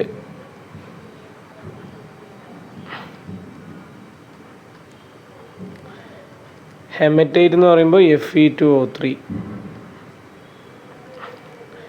മാഗ്നറ്റൈറ്റ് എന്ന് പറയുമ്പോൾ Fe3O4. ഇങ്ങനെ കുറച്ച് ആളുകളുടെ എന്ത് ചെയ്തിട്ടുണ്ട്, ഓറുകൾ നമുക്ക് പാഠത്തിൻ്റെ ആദ്യം തന്നെ പഠിക്കാനുണ്ട്. ഓക്കെ, നിങ്ങൾ ആ ഓറുകൾ മെയിനായിട്ട് പഠിക്കണം. അതിൽ ഇവരിനെങ്കിലും നിങ്ങൾ പഠിച്ചിരിക്കണം. ഓക്കെ, അപ്പോൾ നിർബന്ധമായിട്ട് ഇത് പഠിച്ചിരിക്കണം, ഓറും മിനറലും എന്താണെന്നുള്ളത്. ഓറും മിനറലും നമ്മൾ പഠിച്ചു കഴിഞ്ഞാൽ പിന്നെ വരുന്ന ടോപ്പിക്കാണ് മെറ്റലർജി.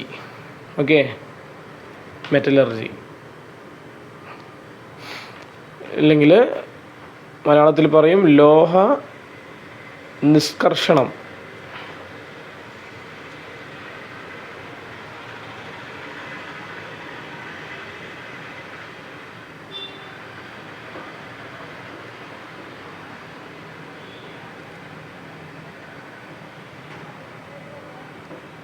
ഓക്കെ, ലോഹ നിഷ്കർഷണം എന്താണെന്നുള്ളത് അറിഞ്ഞിരിക്കണം. എന്താണ് ലോഹ നിഷ്കർഷണം? അതിൽ 3 സ്റ്റെപ്പ് വരിക. ലോഹ നിഷ്കർഷണം പറയുമ്പോൾ ഒരു ഓർന്ന് നമ്മൾ എന്ത് ചെയ്യണം, അതിൻ്റെ മെറ്റലിനെ വേർതിരിക്കണം. അപ്പോൾ അലുമിനിയത്തിൻ്റെ ഓറാണ് ഞാൻ പറഞ്ഞത്. ആര്?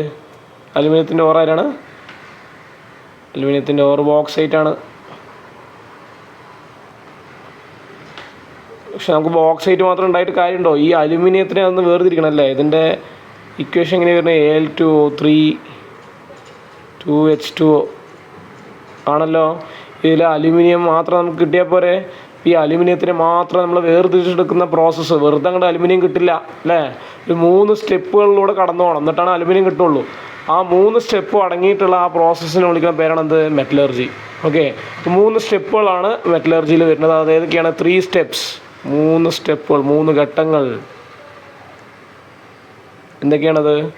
ഒന്നാണ് നമുക്ക് കിട്ടിയ ഓറിനെ ആദ്യം എന്ത് ചെയ്യണം? കോൺസെൻട്രേഷൻ ചെയ്യണം. കോൺസെൻട്രേഷൻ ഓഫ് ഓർ, അയിരിൻ്റെ സാന്ദ്രണം.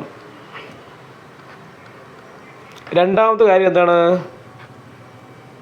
എക്സ്ട്രാക്ഷൻ ഓഫ്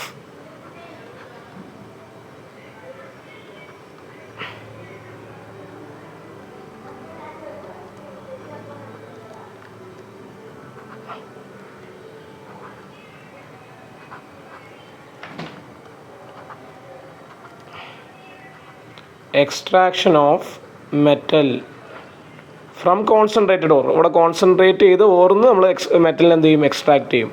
മൂന്നാമത്തെ സ്റ്റെപ്പാണ് എന്ത് പറയുന്നത്? റിഫൈനിങ്. റിഫൈനിങ് ഓഫ് മെറ്റൽ എന്ന് പറയും, അല്ലെങ്കിൽ റിഫൈനിങ്. അപ്പോൾ ഏതൊക്കെയാണ്? കോൺസെൻട്രേഷൻ, അയിരിൻ്റെ സാന്ദ്രണം, extraction of metal from concentrated ore, സാന്ദ്രീകരിച്ച ഓറിൽ നിന്നും ലോഹത്തെ വേർതിരിക്കൽ. മൂന്നാമത്തെ സ്റ്റെപ്പാണ് റിഫൈനിങ് ഓഫ് മെറ്റൽ, അല്ലെങ്കിൽ ലോഹ ശുദ്ധീകരണം. ഇങ്ങനെ 3 സ്റ്റെപ്പുകളിലൂടെയാണ് കടന്നു പോകുന്നത്.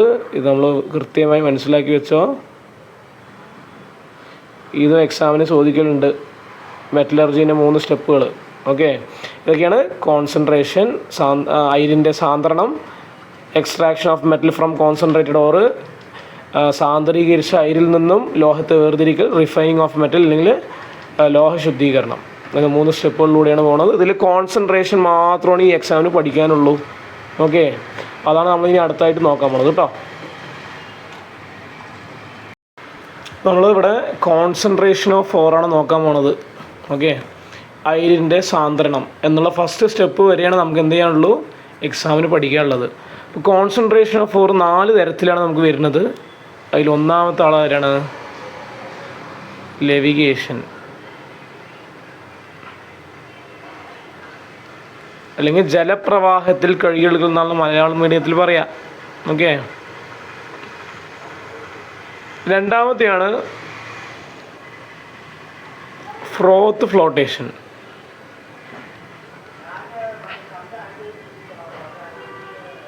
മലയാളത്തിൽ പറയാം പ്ലവന പ്രക്രിയ എന്നാണ്. ഓക്കെ, ഈ മൂന്നാമത്തെയാണ് മാഗ്നറ്റിക് സെപ്പറേഷൻ.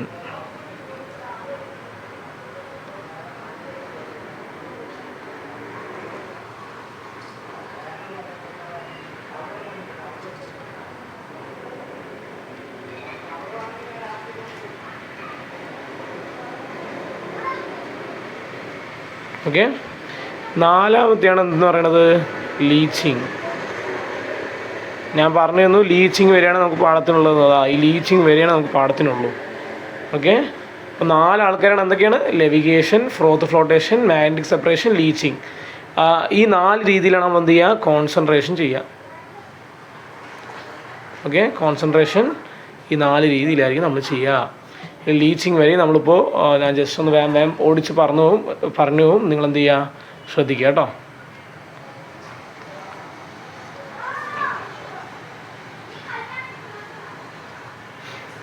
ഇതിൽ ലെവിഗേഷനും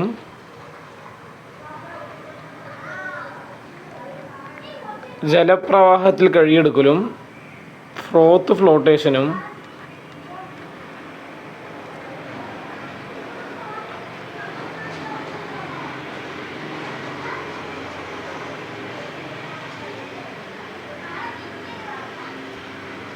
നമ്മൾ ഒരുമിച്ച് പഠിക്കണം. ഓക്കെ, അപ്പോൾ അതിൽ നമ്മൾ മെയിനായിട്ട് പഠിക്കേണ്ടത്, നമ്മളിപ്പോൾ ഒരു ഓറിനെ കോൺസെൻട്രേറ്റ് ചെയ്യണമല്ലോ. അവിടെ നമ്മൾ ഓറിനെ കോൺസെൻട്രേറ്റ് ചെയ്യുമ്പോൾ അവിടെ 2 ആൾക്കാരുണ്ട്. ഒന്ന് ഓറാണ്, വേറൊന്നാണ് നമുക്ക് അതിൽ ആവശ്യമില്ലാത്ത ആൾക്കാരാണ് ഗ്യാങ്, അല്ലെങ്കിൽ നമ്മൾ ഇതിന് ഇമ്പ്യൂരിറ്റി എന്നും പറയും. മലയാളത്തിൽ അപദ്രവ്യം ഇല്ലെങ്കിൽ ഗ്യാങ് എന്നാണ് പറയുക. ഓക്കെ, ഇവിടെ അതേപോലെ എന്തുണ്ടാവും? ഓറ്, ഗ്യാങ്,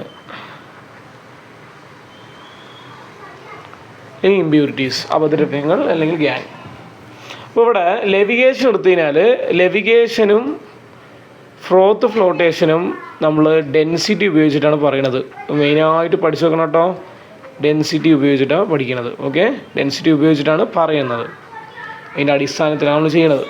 അപ്പോൾ ഇവിടെ ലെവിഗേഷൻ എടുത്തു കഴിഞ്ഞാൽ ലെവിഗേഷൻ ഓറിന് ഡെൻസിറ്റി കൂടുതലായിരിക്കണം, ഹൈ ഡെൻസിറ്റി ആയിരിക്കണം, സാന്ദ്രത കൂടുതലായിരിക്കണം. ഡെൻസിറ്റി അല്ലെങ്കിൽ സാന്ദ്രത എന്ന് പറയാം. അപ്പോൾ അങ്ങനെയാണെങ്കിൽ ഗ്യാങ്ങിന് എന്തായിരിക്കണം? ലോ ഡെൻസിറ്റി ആയിരിക്കണം.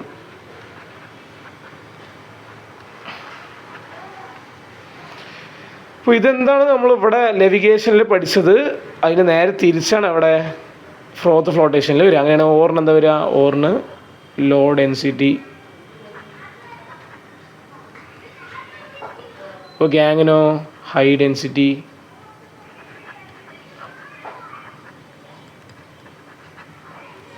ഇനി ഇതിൻ്റെ എക്സാമ്പിൾസ് കൂടി ഒന്ന് പഠിച്ചു വെച്ച് കഴിഞ്ഞാൽ ഇത് നമുക്ക് എന്ത് ചെയ്യാം? ഏകദേശം ആയി എന്നർത്ഥം. ഓക്കെ, നമ്മൾ ലെവിഗേഷൻ എടുത്തു കഴിഞ്ഞാൽ അവിടെ ഓക്സൈഡ് ഓറ വരിക. ഓക്സൈഡ് ഓറ്.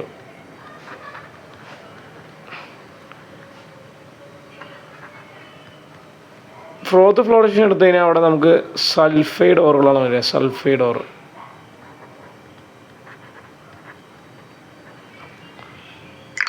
ഓക്കെ, നമ്മൾ ലെവിഗേഷനും ഫ്രോത്ത് ഫ്ലോട്ടേഷനും എന്താണ് ഒരുമിച്ച് പഠിക്കണം. ഡെൻസിറ്റി വെച്ചിട്ടാണ് പറയുക. അവിടെ ഓറും ഗ്യാങ്ങും ഉണ്ട് അല്ലേ? ലെവിഗേഷൻ എടുത്തു കഴിഞ്ഞാൽ ഓറിന് ഹൈ ഡെൻസിറ്റിയാണ്, ഗ്യാങ്ങിന് ലോ ഡെൻസിറ്റിയാണ്. നേരെ തിരിച്ചാണ് ഫ്രോത്ത് ഫ്ലോട്ടേഷനിൽ പ്ലവന പ്രക്രിയയിൽ വരുന്നത്. ഓറിന് എന്തായിരിക്കും? ലോ ഡെൻസിറ്റി, സാന്ദ്രത കുറവും, ഗ്യാങ്ങിന് ഹൈ ഡെൻസിറ്റി, സാന്ദ്രത കൂടുതലായിരിക്കണം. ഓക്കെ, ഇനി എക്സാമ്പിൾസ് ആരൊക്കെയാണ്? ഓക്സൈഡ് ഓറും വരുന്നുണ്ട്, ഇവിടെ സൾഫൈഡ് ഓറും വരുന്നുണ്ട്. നമ്മളിവിടെ നോക്കിക്കഴിഞ്ഞാൽ ഗോൾഡിൻ്റെ ഓറൊക്കെ ലെവിഗേഷനാണ് ചെയ്യുക. അതുപോലെ തന്നെ കോപ്പർ പൈറേറ്റ് കൊണ്ടൊരു ആളുണ്ട്. Copper pyrite CuFeS2. ഇത് സൾഫൈഡ് ഓറാണ്. ഇതിൽ സൾഫർ ഉണ്ട്. സൾഫറുള്ള ആൾക്കാരാണ് സൾഫൈഡ് ഓർ എന്ന് പറയുക. ഓക്കെ, പിന്നെ സൾഫൈഡ് ഓർ ഇതൊരു എക്സാമ്പിളാണ്. സൾഫൈഡ് ഈ CuFeS2നെ ഫ്രോത്ത് ഫ്ലോട്ടേഷൻ യൂസ് ചെയ്തിട്ട് ചെയ്യുക. ഇനി ഗോൾഡിൻ്റെ ഓറിനൊക്കെ നമ്മൾ ഏത് യൂസ് ചെയ്ത് ചെയ്യുക? ലെവിഗേഷൻ. ഓക്കെ, കറക്റ്റായി മനസ്സിലാക്കുക. ഇനി ഇതിന് ശേഷം ഈ 2 ആൾക്കാരല്ലേ പഠിക്കുകയുള്ളൂ. ലെവിഗേഷനും ഫ്രോത്ത് ഫ്ലോട്ടേഷനും നമുക്ക് കഴിഞ്ഞാൽ പിന്നെ നമുക്ക് പഠിക്കാനുള്ളത് എന്താണ്? നമുക്ക് പഠിക്കാനുള്ള ടോപ്പിക്കാണ് മാഗ്നറ്റിക് സെപ്പറേഷൻ. 3ാമത്തെ രീതി മാഗ്നറ്റിക് സെപ്പറേഷൻ.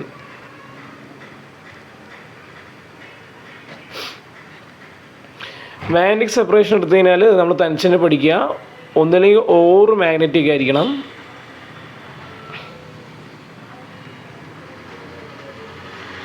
ഇല്ലെങ്കിൽ ഇമ്പ്യൂരിറ്റി മാഗ്നറ്റിക് ആയിരിക്കണം.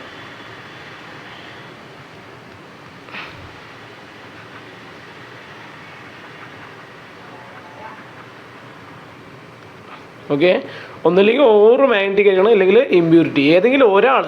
ഇപ്പോൾ ഓറും ഇമ്പ്യൂരിറ്റി മാഗ്നറ്റിക് ആകാൻ പറ്റില്ല, ഒന്നില്ലെങ്കിൽ ഓറ് മാഗ്നറ്റിക് അല്ലെങ്കിൽ ഓർ ഇമ്പ്യൂരിറ്റി മാഗ്നറ്റിക്. ഓറ് മാഗ്നറ്റിക് ആണെങ്കിൽ ഇമ്പ്യൂരിറ്റി നോൺ മാഗ്നറ്റിക് ആയിരിക്കും. ഓക്കെ, ആണ് ഈ ഇമ്പ്യൂരിറ്റി മാഗ്നറ്റിക് ആണെങ്കിൽ ഓർ എന്തായിരിക്കും, നോൺ മാഗ്നറ്റിക് ആയിരിക്കും. അപ്പം നേരെ തിരിച്ച് വരിക, മനസ്സിലായല്ലോ. ഒന്നില്ലെങ്കിൽ ഓറിന് മാഗ്നറ്റിക് സ്വഭാവം ഉണ്ടാവണം, ഇല്ലെങ്കിൽ ഇമ്പ്യൂരിറ്റിക്ക് മാഗ്നറ്റിക് സ്വഭാവം ഉണ്ടാവണം.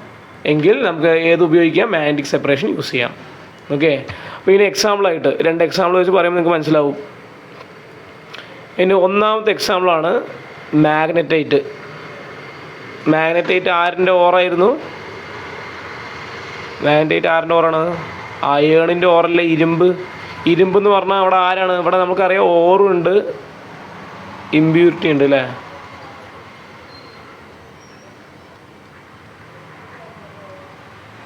ഇതിൽ നമ്മൾ നോക്കിക്കുന്ന മാഗ്നറ്റൈറ്റ് പറഞ്ഞാൽ അയണിൻ്റെ ഓറല്ലേ.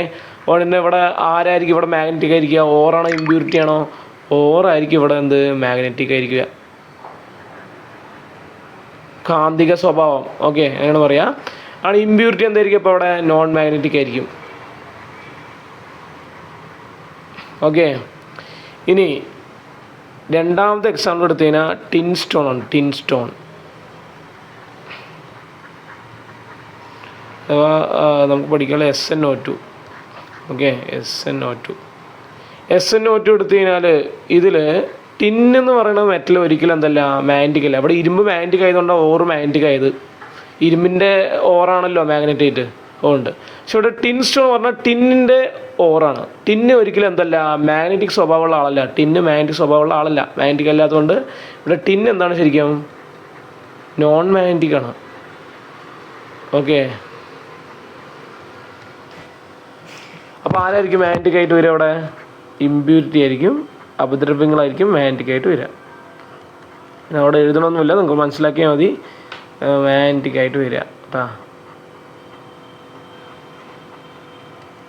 ഓക്കെ, അപ്പോൾ ഇവിടെ നമ്മൾ വയ്ക്കുന്നത് ടിൻ, ഇവിടെ മാഗ്നറ്റിക് സെപ്പറേഷനിൽ ഒന്നില്ലെങ്കിൽ എന്തായിരിക്കണം, ഓറ് മാഗ്നറ്റിക് ആയിരിക്കണം, അല്ലെങ്കിൽ ഇമ്പ്യൂരിറ്റി മാഗ്നറ്റിക് ആയിരിക്കണം. ഏതെങ്കിലും ഒരു സാഹചര്യം നടക്കുള്ളൂ. 2 മാഗ്നറ്റിക് ആവാൻ പാടില്ല. ഏതെങ്കിലും ഒരാൾ മാഗ്നറ്റിക് ആയാൽ മാത്രമേ ഏത് ഉപയോഗിക്കുള്ളൂ, മാഗ്നറ്റിക് സെപ്പറേഷൻ യൂസ് ചെയ്യുള്ളൂ. ഓക്കെ, അപ്പോൾ ഇതിൽ അതിന് 2 എക്സാമ്പിൾ പഠിച്ചത്, ഒന്ന് മാഗ്നറ്റൈറ്റ് ആണ്, 2 ടിൻ സ്റ്റോൺ ആണ് അല്ലേ. അപ്പോൾ മാഗ്നറ്റൈറ്റ് എടുത്തു കഴിഞ്ഞാൽ ഇതിൽ ഓറാണ് മാഗ്നറ്റിക് ആയിട്ട് വരിക. അതുപോലെ തന്നെ ടിൻ സ്റ്റോൺ എടുത്തു കഴിഞ്ഞാൽ ഇതിലാരും മാഗ്നറ്റിക്, ഇമ്പ്യൂരിറ്റിയാണ് മാഗ്നറ്റിക്. ഇവിടുത്തെ ഇമ്പ്യൂരിറ്റി ആരാണെന്നും കൂടി പഠിച്ചു വെച്ചോ, അതാണ് അയേൺ ടങ്സ്റ്റേറ്റ്. ഇവിടുത്തെ അപദ്രവ്യ ആരാണ്? അയൺ ടങ്സ്റ്റേറ്റ് ആണ്. കണ്ടില്ലേ, ഇതിൽ അയേൺ ഉണ്ട്. അയേൺ പറഞ്ഞാൽ നമുക്കറിയാമല്ലോ മാഗ്നറ്റിക് ആണല്ലോ. അപ്പോൾ ഇതിൻ്റെ ഇമ്പ്യൂരിറ്റി, ടിൻ സ്റ്റോണിൻ്റെ ഇമ്പ്യൂരിറ്റിയാണ് അതിൽ അയൺ ടങ്സ്റ്റേറ്റ്. അയാളാണ് ഇവിടെ മാഗ്നറ്റിക് ആയിട്ട് വരിക, കാന്തിക സ്വഭാവമുള്ള ആളായിട്ട് വരിക. ഓക്കെ, അപ്പോൾ അതാണ് മാഗ്നറ്റിക് സെപ്പറേഷൻ. എല്ലാവർക്കും മനസ്സിലായി വിചാരിക്കണോ? ഇനി അടുത്താണ് ലീച്ചിങ്. ഇതും കൂടി പറഞ്ഞു കഴിഞ്ഞാൽ നമുക്ക് ക്വസ്റ്റ്യൻ കിടക്കാം. ഓക്കെ, അടുത്താണ് എന്ത്, ലീച്ചിങ്.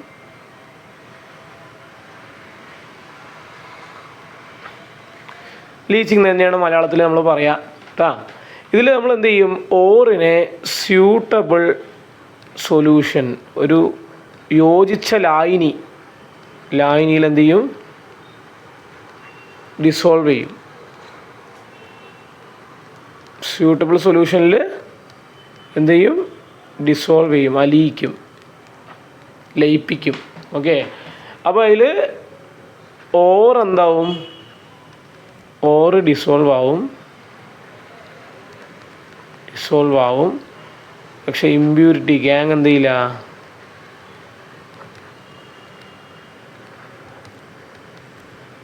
ഡിസോൾവ് ആവില്ല.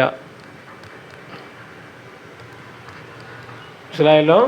അപ്പോൾ നമ്മളെന്ത് ചെയ്യും, ലീച്ചിങ്ങിൽ എന്ത് ചെയ്യണം, ഒരു സ്യൂട്ടബിൾ സൊല്യൂഷൻ, ഒരു യോജിച്ച ഒരു ലായനി എടുത്തിട്ട് നമ്മളതിനെ ഓറിന് എന്ത് ചെയ്യും, ഇട്ട് ഡിസോൾവ് ചെയ്യും. ഡിസോൾവ് ചെയ്യുമ്പോൾ അവിടെ ഓറ് ഡിസോൾവ് ആവും, മറിച്ച് ഇമ്പ്യൂരിറ്റീസ് എന്താവില്ല, ഡിസോൾവ് ആവില്ല. ഓക്കെ, അപ്പോൾ ഇതിന് എക്സാമ്പിളായിട്ട് നമുക്ക് പഠിക്കാനുള്ളത് ബോക്സൈറ്റ് ഓറാണ്. നിങ്ങൾക്ക് ഇതിൻ്റെ ഡീറ്റെയിൽഡ് ആയിട്ടുള്ള ലീച്ചിങ് പഠിക്കാണ്ട്, പക്ഷെ അതിപ്പോൾ എക്സാമിന് ചോദിക്കില്ല. ബോക്സൈറ്റിനെ നമ്മൾ ഏത് സൊല്യൂഷനിൽ അലിയിപ്പിക്കുക, NaOH, സോഡിയം ഹൈഡ്രോക്സൈഡ് സൊല്യൂഷൻ.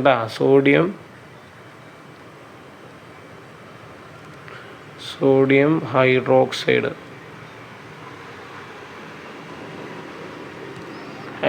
സൊല്യൂഷനിൽ നമ്മൾ എന്ത് ചെയ്യുക, ഡിസോൾവ് ചെയ്യിപ്പിക്കുക. ഓക്കെ, അപ്പോൾ ഇത്രയും ടോപ്പിക്കാണ് നമുക്ക് എന്ത് ചെയ്യാനുള്ളത്, പഠിക്കാനുള്ളത്. മനസ്സിലായല്ലോ? അപ്പോൾ എല്ലാം മനസ്സിലായിട്ടുണ്ടാവും വിചാരിക്കുന്നു. നമുക്ക് ഇന്നൊക്കെ നേരെ ക്വസ്റ്റ്യൻ കിടക്കാം കേട്ടോ. അപ്പോൾ ഒന്നാമത്തെ question, leaching is a process in aluminium production. To which of the following class does it belong? നമ്മൾ ലീച്ചിങ് എന്ന് പറയുന്നത് എന്താണ്? Leaching, ശ്രദ്ധിക്കട്ടാ, leaching.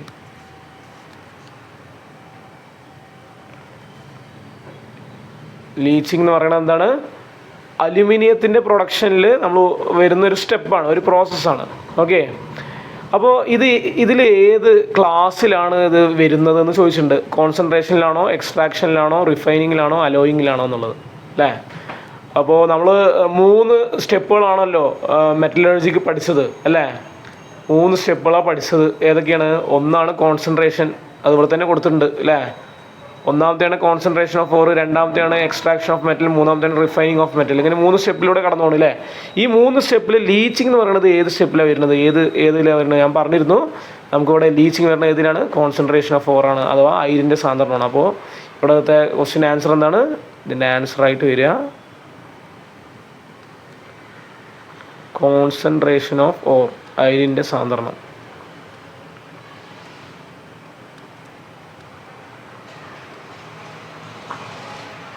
ഓക്കെ,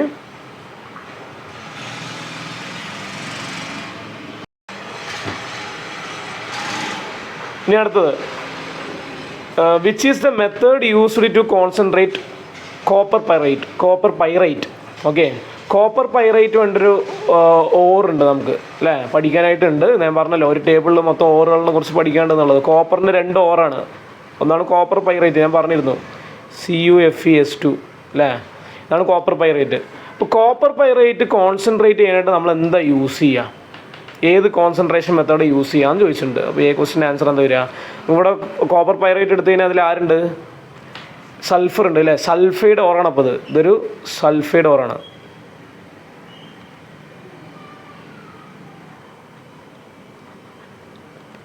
സൾഫൈഡ് ഓറായതുകൊണ്ട് തന്നെ സൾഫൈഡ് ഓറുകളിൽ നമ്മൾ ഏത് ഉപയോഗിച്ചിട്ടാണ് ചെയ്യൽ? നമ്മൾ ചെയ്യുക ഫ്രോത്ത് ഫ്ലോട്ടേഷൻ ഉപയോഗിച്ചിട്ടാണ്. നമ്മൾ നേരത്തെ പറഞ്ഞിരുന്നു കേട്ടോ.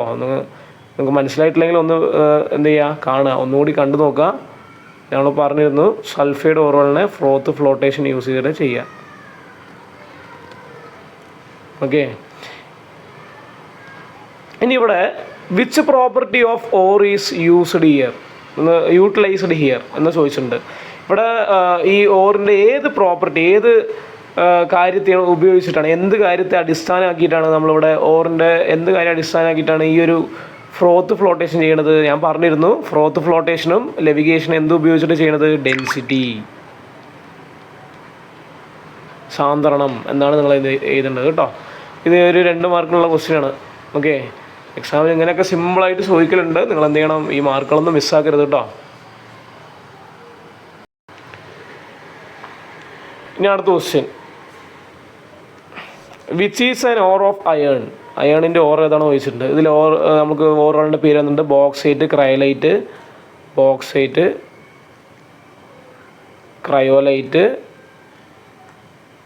അതുപോലെ തന്നെ ഹെമറ്റൈറ്റ്, ക്ലേ.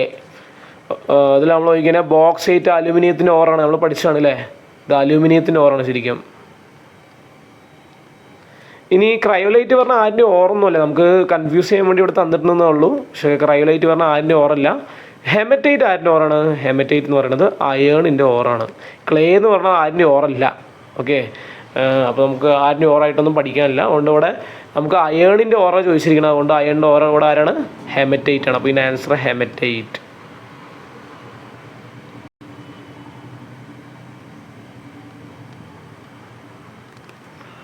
ഓക്കെ, ഇനി അടുത്ത question, minerals from which metals can be easily extracted are known as dash അല്ലേ. നോക്ക്, metals easily extracted from A mineral അല്ലേ. മിനറലിൽ നിന്ന് നമുക്ക് ഒരു മിനറലിൽ നിന്ന് മെറ്റലിനെ ഈസി ആയിട്ട് വേർതിരിച്ചെടുക്കാൻ പറ്റുകയാണെങ്കിൽ അതിനെ നമ്മൾ എന്തെന്ന് വിളിക്കുക? നമ്മൾ ആകെ ഒരെണ്ണം പഠിച്ചിട്ടുള്ളൂ, ഈസി ആയിട്ട് വേർതിരിക്കാൻ പറ്റുന്ന ആളിനെ വിളിക്കുന്ന പേരെന്താണ്? ഓർ. ഓക്കെ, അപ്പോൾ ഇതിൻ്റെ ആൻസർ എന്താ വരിക? ഓർ എന്നാണ് വരിക.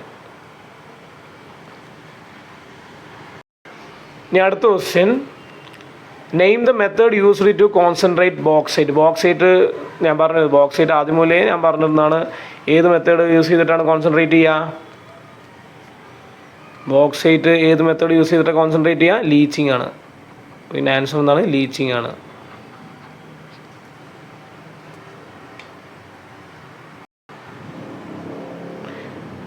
ഇനി അടുത്തത് ഞാൻ പറഞ്ഞിരുന്നു, മിനറലും ഓറും പഠിച്ചു കഴിഞ്ഞാൽ നമുക്ക് അത് വരാവുന്ന ക്വസ്റ്റ്യനാണിത് നമ്മളിപ്പോൾ ചെയ്യാൻ പോണത് കേട്ടോ. അപ്പോൾ ഇവിടെ വാട്ട് ആർ മിനറൽസ് എന്നാണ് ഒന്നാമത്തെ ക്വസ്റ്റ്യൻ. ഇതിൽ direct A sub question B sub question കൊണ്ട് കൊടുത്തിരിക്കുകയാണ്. What are minerals? B question ചോദിച്ചിരിക്കുന്നത് all minerals are not ores. Y?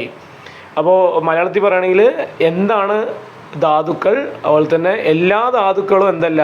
അയിരുകളല്ല. എന്തുകൊണ്ട്? അത് ചോദിച്ചിരിക്കുന്നത്. അപ്പോൾ നമുക്ക് എന്താണ് മിനറൽസ് എന്ന് അറിയാലോ. അതിൻ്റെ ആൻസർ നമുക്ക് എഴുതാം. എന്താണ് minerals?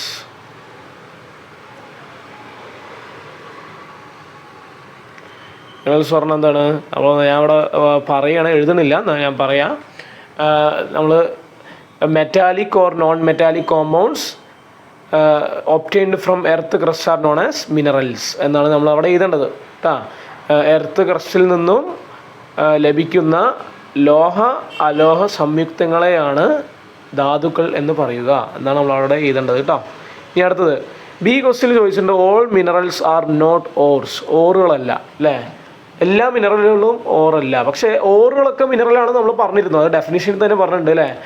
A mineral from which, നമ്മൾ നേരത്തെ ക്വസ്റ്റ്യനിൽ തന്നെ നോക്കിയാണ്, a mineral from which the metal can be easily extracted, ഇല്ലെങ്കിൽ easily and economically extracted is known as എന്ത്? ഓർ. അപ്പോൾ നമ്മളിവിടെ all minerals are not ore, എല്ലാ മിനറലും ഓറല്ല. കാരണം എന്താണ്? എല്ലാ മിനറലിൽ നിന്നും അതിന് മെറ്റലിനെ വേർതിരിക്കാൻ പറ്റുമോ? ഇല്ല, പെട്ടെന്ന് തന്നെ അതിന് മെറ്റലിനെ വേർതിരിക്കാൻ പറ്റില്ലല്ലോ. അതുകൊണ്ട് നമുക്കിവിടെ ഇതാ all minerals are not ore. Why? എന്തുകൊണ്ടെന്ന് മാത്രമേ ചോദിച്ചിട്ടുള്ളൂ. അതിൻ്റെ 2 റീസൺസ് എഴുതാൻ പറഞ്ഞിട്ടുണ്ട് അല്ലേ? അപ്പോൾ ഓർ ആവണമെങ്കിൽ അവിടെ എന്ത് ചെയ്യണം? നമുക്കിപ്പോൾ ഇവിടെ എഴുതാൻ പറ്റിയ കാര്യം, ores are minerals that can be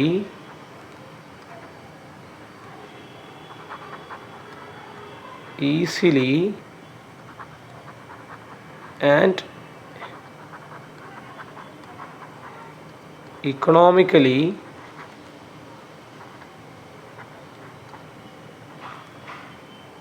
extractable. Okay, ഇപ്പോൾ ഈസിലി ആൻഡ് എക്കണോമിക്കലി എക്സ്ട്രാക്റ്റബിൾ ആയിരിക്കണം. ഇതിൽ ക്വസ്റ്റ്യനിൽ 2 റീസൺ കൊടുക്കാൻ പറഞ്ഞിട്ടുണ്ട്. 2 റീസൺ കൊടുത്തിട്ടുണ്ട്. ഈസിലി എക്സ്ട്രാക്റ്റബിൾ ആയിരിക്കണം, അതുപോലെ തന്നെ ഇക്കണോമിക്കലി എക്സ്ട്രാക്റ്റബിൾ ആയിരിക്കണം. ഓക്കെ, നമുക്കിനി അടുത്ത ക്വസ്റ്റ്യൻ നോക്കാം. അടുത്ത ക്വസ്റ്റ്യനിലൂടെ മാച്ച് ദ ഫോളോയിങ് ആണ്, മാച്ച് സ്യൂട്ടബിളി എന്ന് കൊടുത്തിട്ടുണ്ട്. നമുക്ക് ഇപ്പോഴത്തെ ക്വസ്റ്റ്യൻ പേപ്പറിൽ ഇങ്ങനെയല്ല എങ്കിലും ഇത് പഴയ ക്വസ്റ്റ്യൻ ആണ്. ഇത് നമുക്ക് ചെയ്യാം അല്ലേ? ഇവിടെ ഓർ തന്നിട്ടുണ്ട് ആദ്യം, പിന്നെ ഇവിടെ ഓർ തന്നിട്ടുണ്ട്, നേച്ചർ ഓഫ് ഓർ തന്നിട്ടുണ്ട്, മെത്തേഡ് ഓഫ് കോൺസെൻട്രേഷൻ തന്നിട്ടുണ്ട് അല്ലേ? അപ്പോൾ ആദ്യം എടുക്കുക. ആദ്യം ആരാണ്? Copper pyrite. കോപ്പർ പൈറേറ്റ് അല്ലേ? കോപ്പർ പൈറേറ്റ് പറഞ്ഞാൽ ആരാണ്? കോപ്പർ പൈറേറ്റ് എന്ന് പറയുന്നത് CuFeS2 ആണ്. ഓക്കെ, കോപ്പർ പൈറേറ്റ് തന്നിട്ടുണ്ട്. പിന്നെ അടുത്തത് മാഗ്നറ്റൈറ്റ് ആണ് അല്ലേ? മാഗ്നറ്റൈറ്റ് പറഞ്ഞാൽ അയണിൻ്റെ ഓറാണ്, Fe3O4. ഇനി ഓർ ഓഫ് ഗോൾഡ്, ഗോൾഡിൻ്റെ ഓർ അല്ലേ? പിന്നെ ലാസ്റ്റ് എന്തെങ്കിലും ബോക്സൈറ്റ്. ബോക്സൈറ്റ് പറയുമ്പോൾ Al2O3 2H2O. ഈ 4 ഓറുകൾ തന്നിട്ടുണ്ട്. അപ്പുറത്ത് നേച്ചർ ഓഫ് ഓർ തന്നിട്ടുണ്ട്. Density of ore is heavier than the gang. ഞാൻ പറഞ്ഞിരുന്നു ഇവിടെ ആദ്യം നമുക്ക് ഈ രണ്ടാമത്തെ ഓളവും മൂന്നാമത്തെ ഓളവും ഒന്ന് മാച്ച് ചെയ്യാം. ഇവിടെ ഡെൻസിറ്റി ഓഫ് ഓറിൻ്റെ ഡെൻസിറ്റി ഹെവിയർ ദാൻ ഗ്യാങ്ങിനെയും കാട്ടി ഡെൻസിറ്റി കൂടുതലാണ് ഓറിന്. അതാണ് ഏതാണ് നമ്മൾ യൂസ് ചെയ്യുക? ഹൈഡ്രോളിക് വാഷിംഗ് ആണ് യൂസ് ചെയ്യുക. ഓക്കെ, ഇനി ore and gangue do not dissolve in same solvent. Dissolve ചെയ്യുക എന്ന് കണ്ടാൽ തന്നെ മനസ്സിലാക്കണത് ഏതാണ്? ലീച്ചിങ് ആണ്.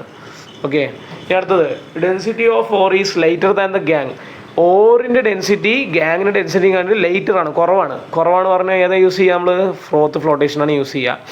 ഇനി അടുത്തത് മാഗ്നറ്റിക് നേച്ചർ. മാഗ്നറ്റിക് എന്ന് കണ്ടാൽ തന്നെ മനസ്സിലാക്കണം അവിടെ മാഗ്നറ്റിക് സെപ്പറേഷനാണ്. മനസ്സിലായല്ലോ? ഇനി ഇവിടെയും കൂടെ ഒന്ന് നമ്മൾ എന്ത് ചെയ്യണം? മാച്ച് ചെയ്യണം. നമുക്ക് density or is heavier than the gang ഇത് നമ്മൾ ഫസ്റ്റത്തെ ഏതാണ്? ഹൈഡ്രോളിക് വാഷിംഗ് അല്ലേ? ഹൈഡ്രോളിക് വാഷിംഗ് നമ്മൾ ഇത് ഏത് ചെയ്യുക? ഗോൾഡിൻ്റെ ഓറിനെയല്ലേ ചെയ്യുക? നമ്മൾ പറഞ്ഞിരുന്നു അല്ലേ? അപ്പോൾ ഓർ ഓഫ് ഗോൾഡാണ് വരിക. ഓക്കെ. ഇനി അടുത്തത് ore and gangue do not dissolve in same solvent. അത് ലീച്ചിങ് ആണ് അല്ലേ? ലീച്ചിങ് നമ്മൾ ആറിനെ ചെയ്യുക? ലീച്ചിങ് ഞാൻ ചെയ്യാൻ പറഞ്ഞിരുന്നു ബോക്സൈറ്റിനെയാണ്. അതുപോലെ തന്നെ density of ore is later than gang പറയുന്നത് എന്താണ്? ഫ്രോത്ത് ഫ്ലോട്ടേഷൻ. ഫ്രോത്ത് ഫ്ലോട്ടേഷൻ നമ്മൾ ആറിനെ ചെയ്യൽ? കോപ്പർ പൈറേറ്റിനെയാണ്. നമ്മൾ പറഞ്ഞിരുന്നു സൾഫൈഡ് ഓർ എടുത്ത് അവിടെ സൾഫർ ഉണ്ട് അല്ലേ? സൾഫൈഡ് ഓറിനെ നമ്മൾ ചെയ്യാറുണ്ട്. ഇതിനാണ് കോപ്പർ പൈറേറ്റ് ആണ്. ഇനി മാഗ്നറ്റിക് നേച്ചർഡ് ഓർ എന്ന് പറയുന്നത് മാഗ്നറ്റിക് സെപ്പറേഷൻ ആണ്. അതുകൊണ്ട് തന്നെ എന്ത്? മാഗ്നറ്റൈറ്റ് ആണ് വരിക. ഓക്കെ. പിന്നെയാണ് ഞാനിവിടെ മാച്ച് ചെയ്തിട്ടുള്ളൂ. നിങ്ങൾ എന്ത് ചെയ്യുക? കറക്റ്റായിട്ട് എഴുതിയെടുക്കണം കേട്ടോ. ഓക്കെ. അപ്പോൾ എക്സാമിന് നമ്മളിപ്പോൾ ചോയ്സ് ആയിട്ട് തരിക, 4 ചോയ്സ് തരും. എന്നിട്ട് അതിന് ചോദിക്കുക. മുൻപൊക്കെ ഇതിന് 4 മാർക്കായിരുന്നു, ഇപ്പോൾ ഇതിന് വെറും 1 മാർക്കായി ചുരുങ്ങിയിട്ടുണ്ട്. എങ്കിലും നമുക്ക് എഴുതിയെടുക്കാനൊക്കെ പറ്റും. സിമ്പിൾ ക്വസ്റ്റ്യൻ ആണ് കേട്ടോ.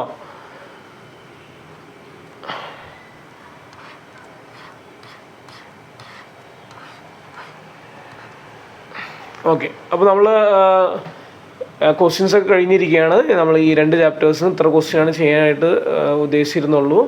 അപ്പോൾ നിങ്ങൾക്ക് ഇതൊക്കെ മനസ്സിലായിട്ടുണ്ടാവും വിചാരിക്കുന്നു. ഇനിയും നമുക്ക് മോഡൽ ക്വസ്റ്റ്യൻസ് ഉണ്ട്. ഞാൻ എന്ത് ചെയ്യുക? അത് ഗ്രൂപ്പിൽ അയക്കാം കേട്ടോ. നിങ്ങളെന്ത് ചെയ്യുക? അത് ചെയ്ത് വയ്ക്കുക.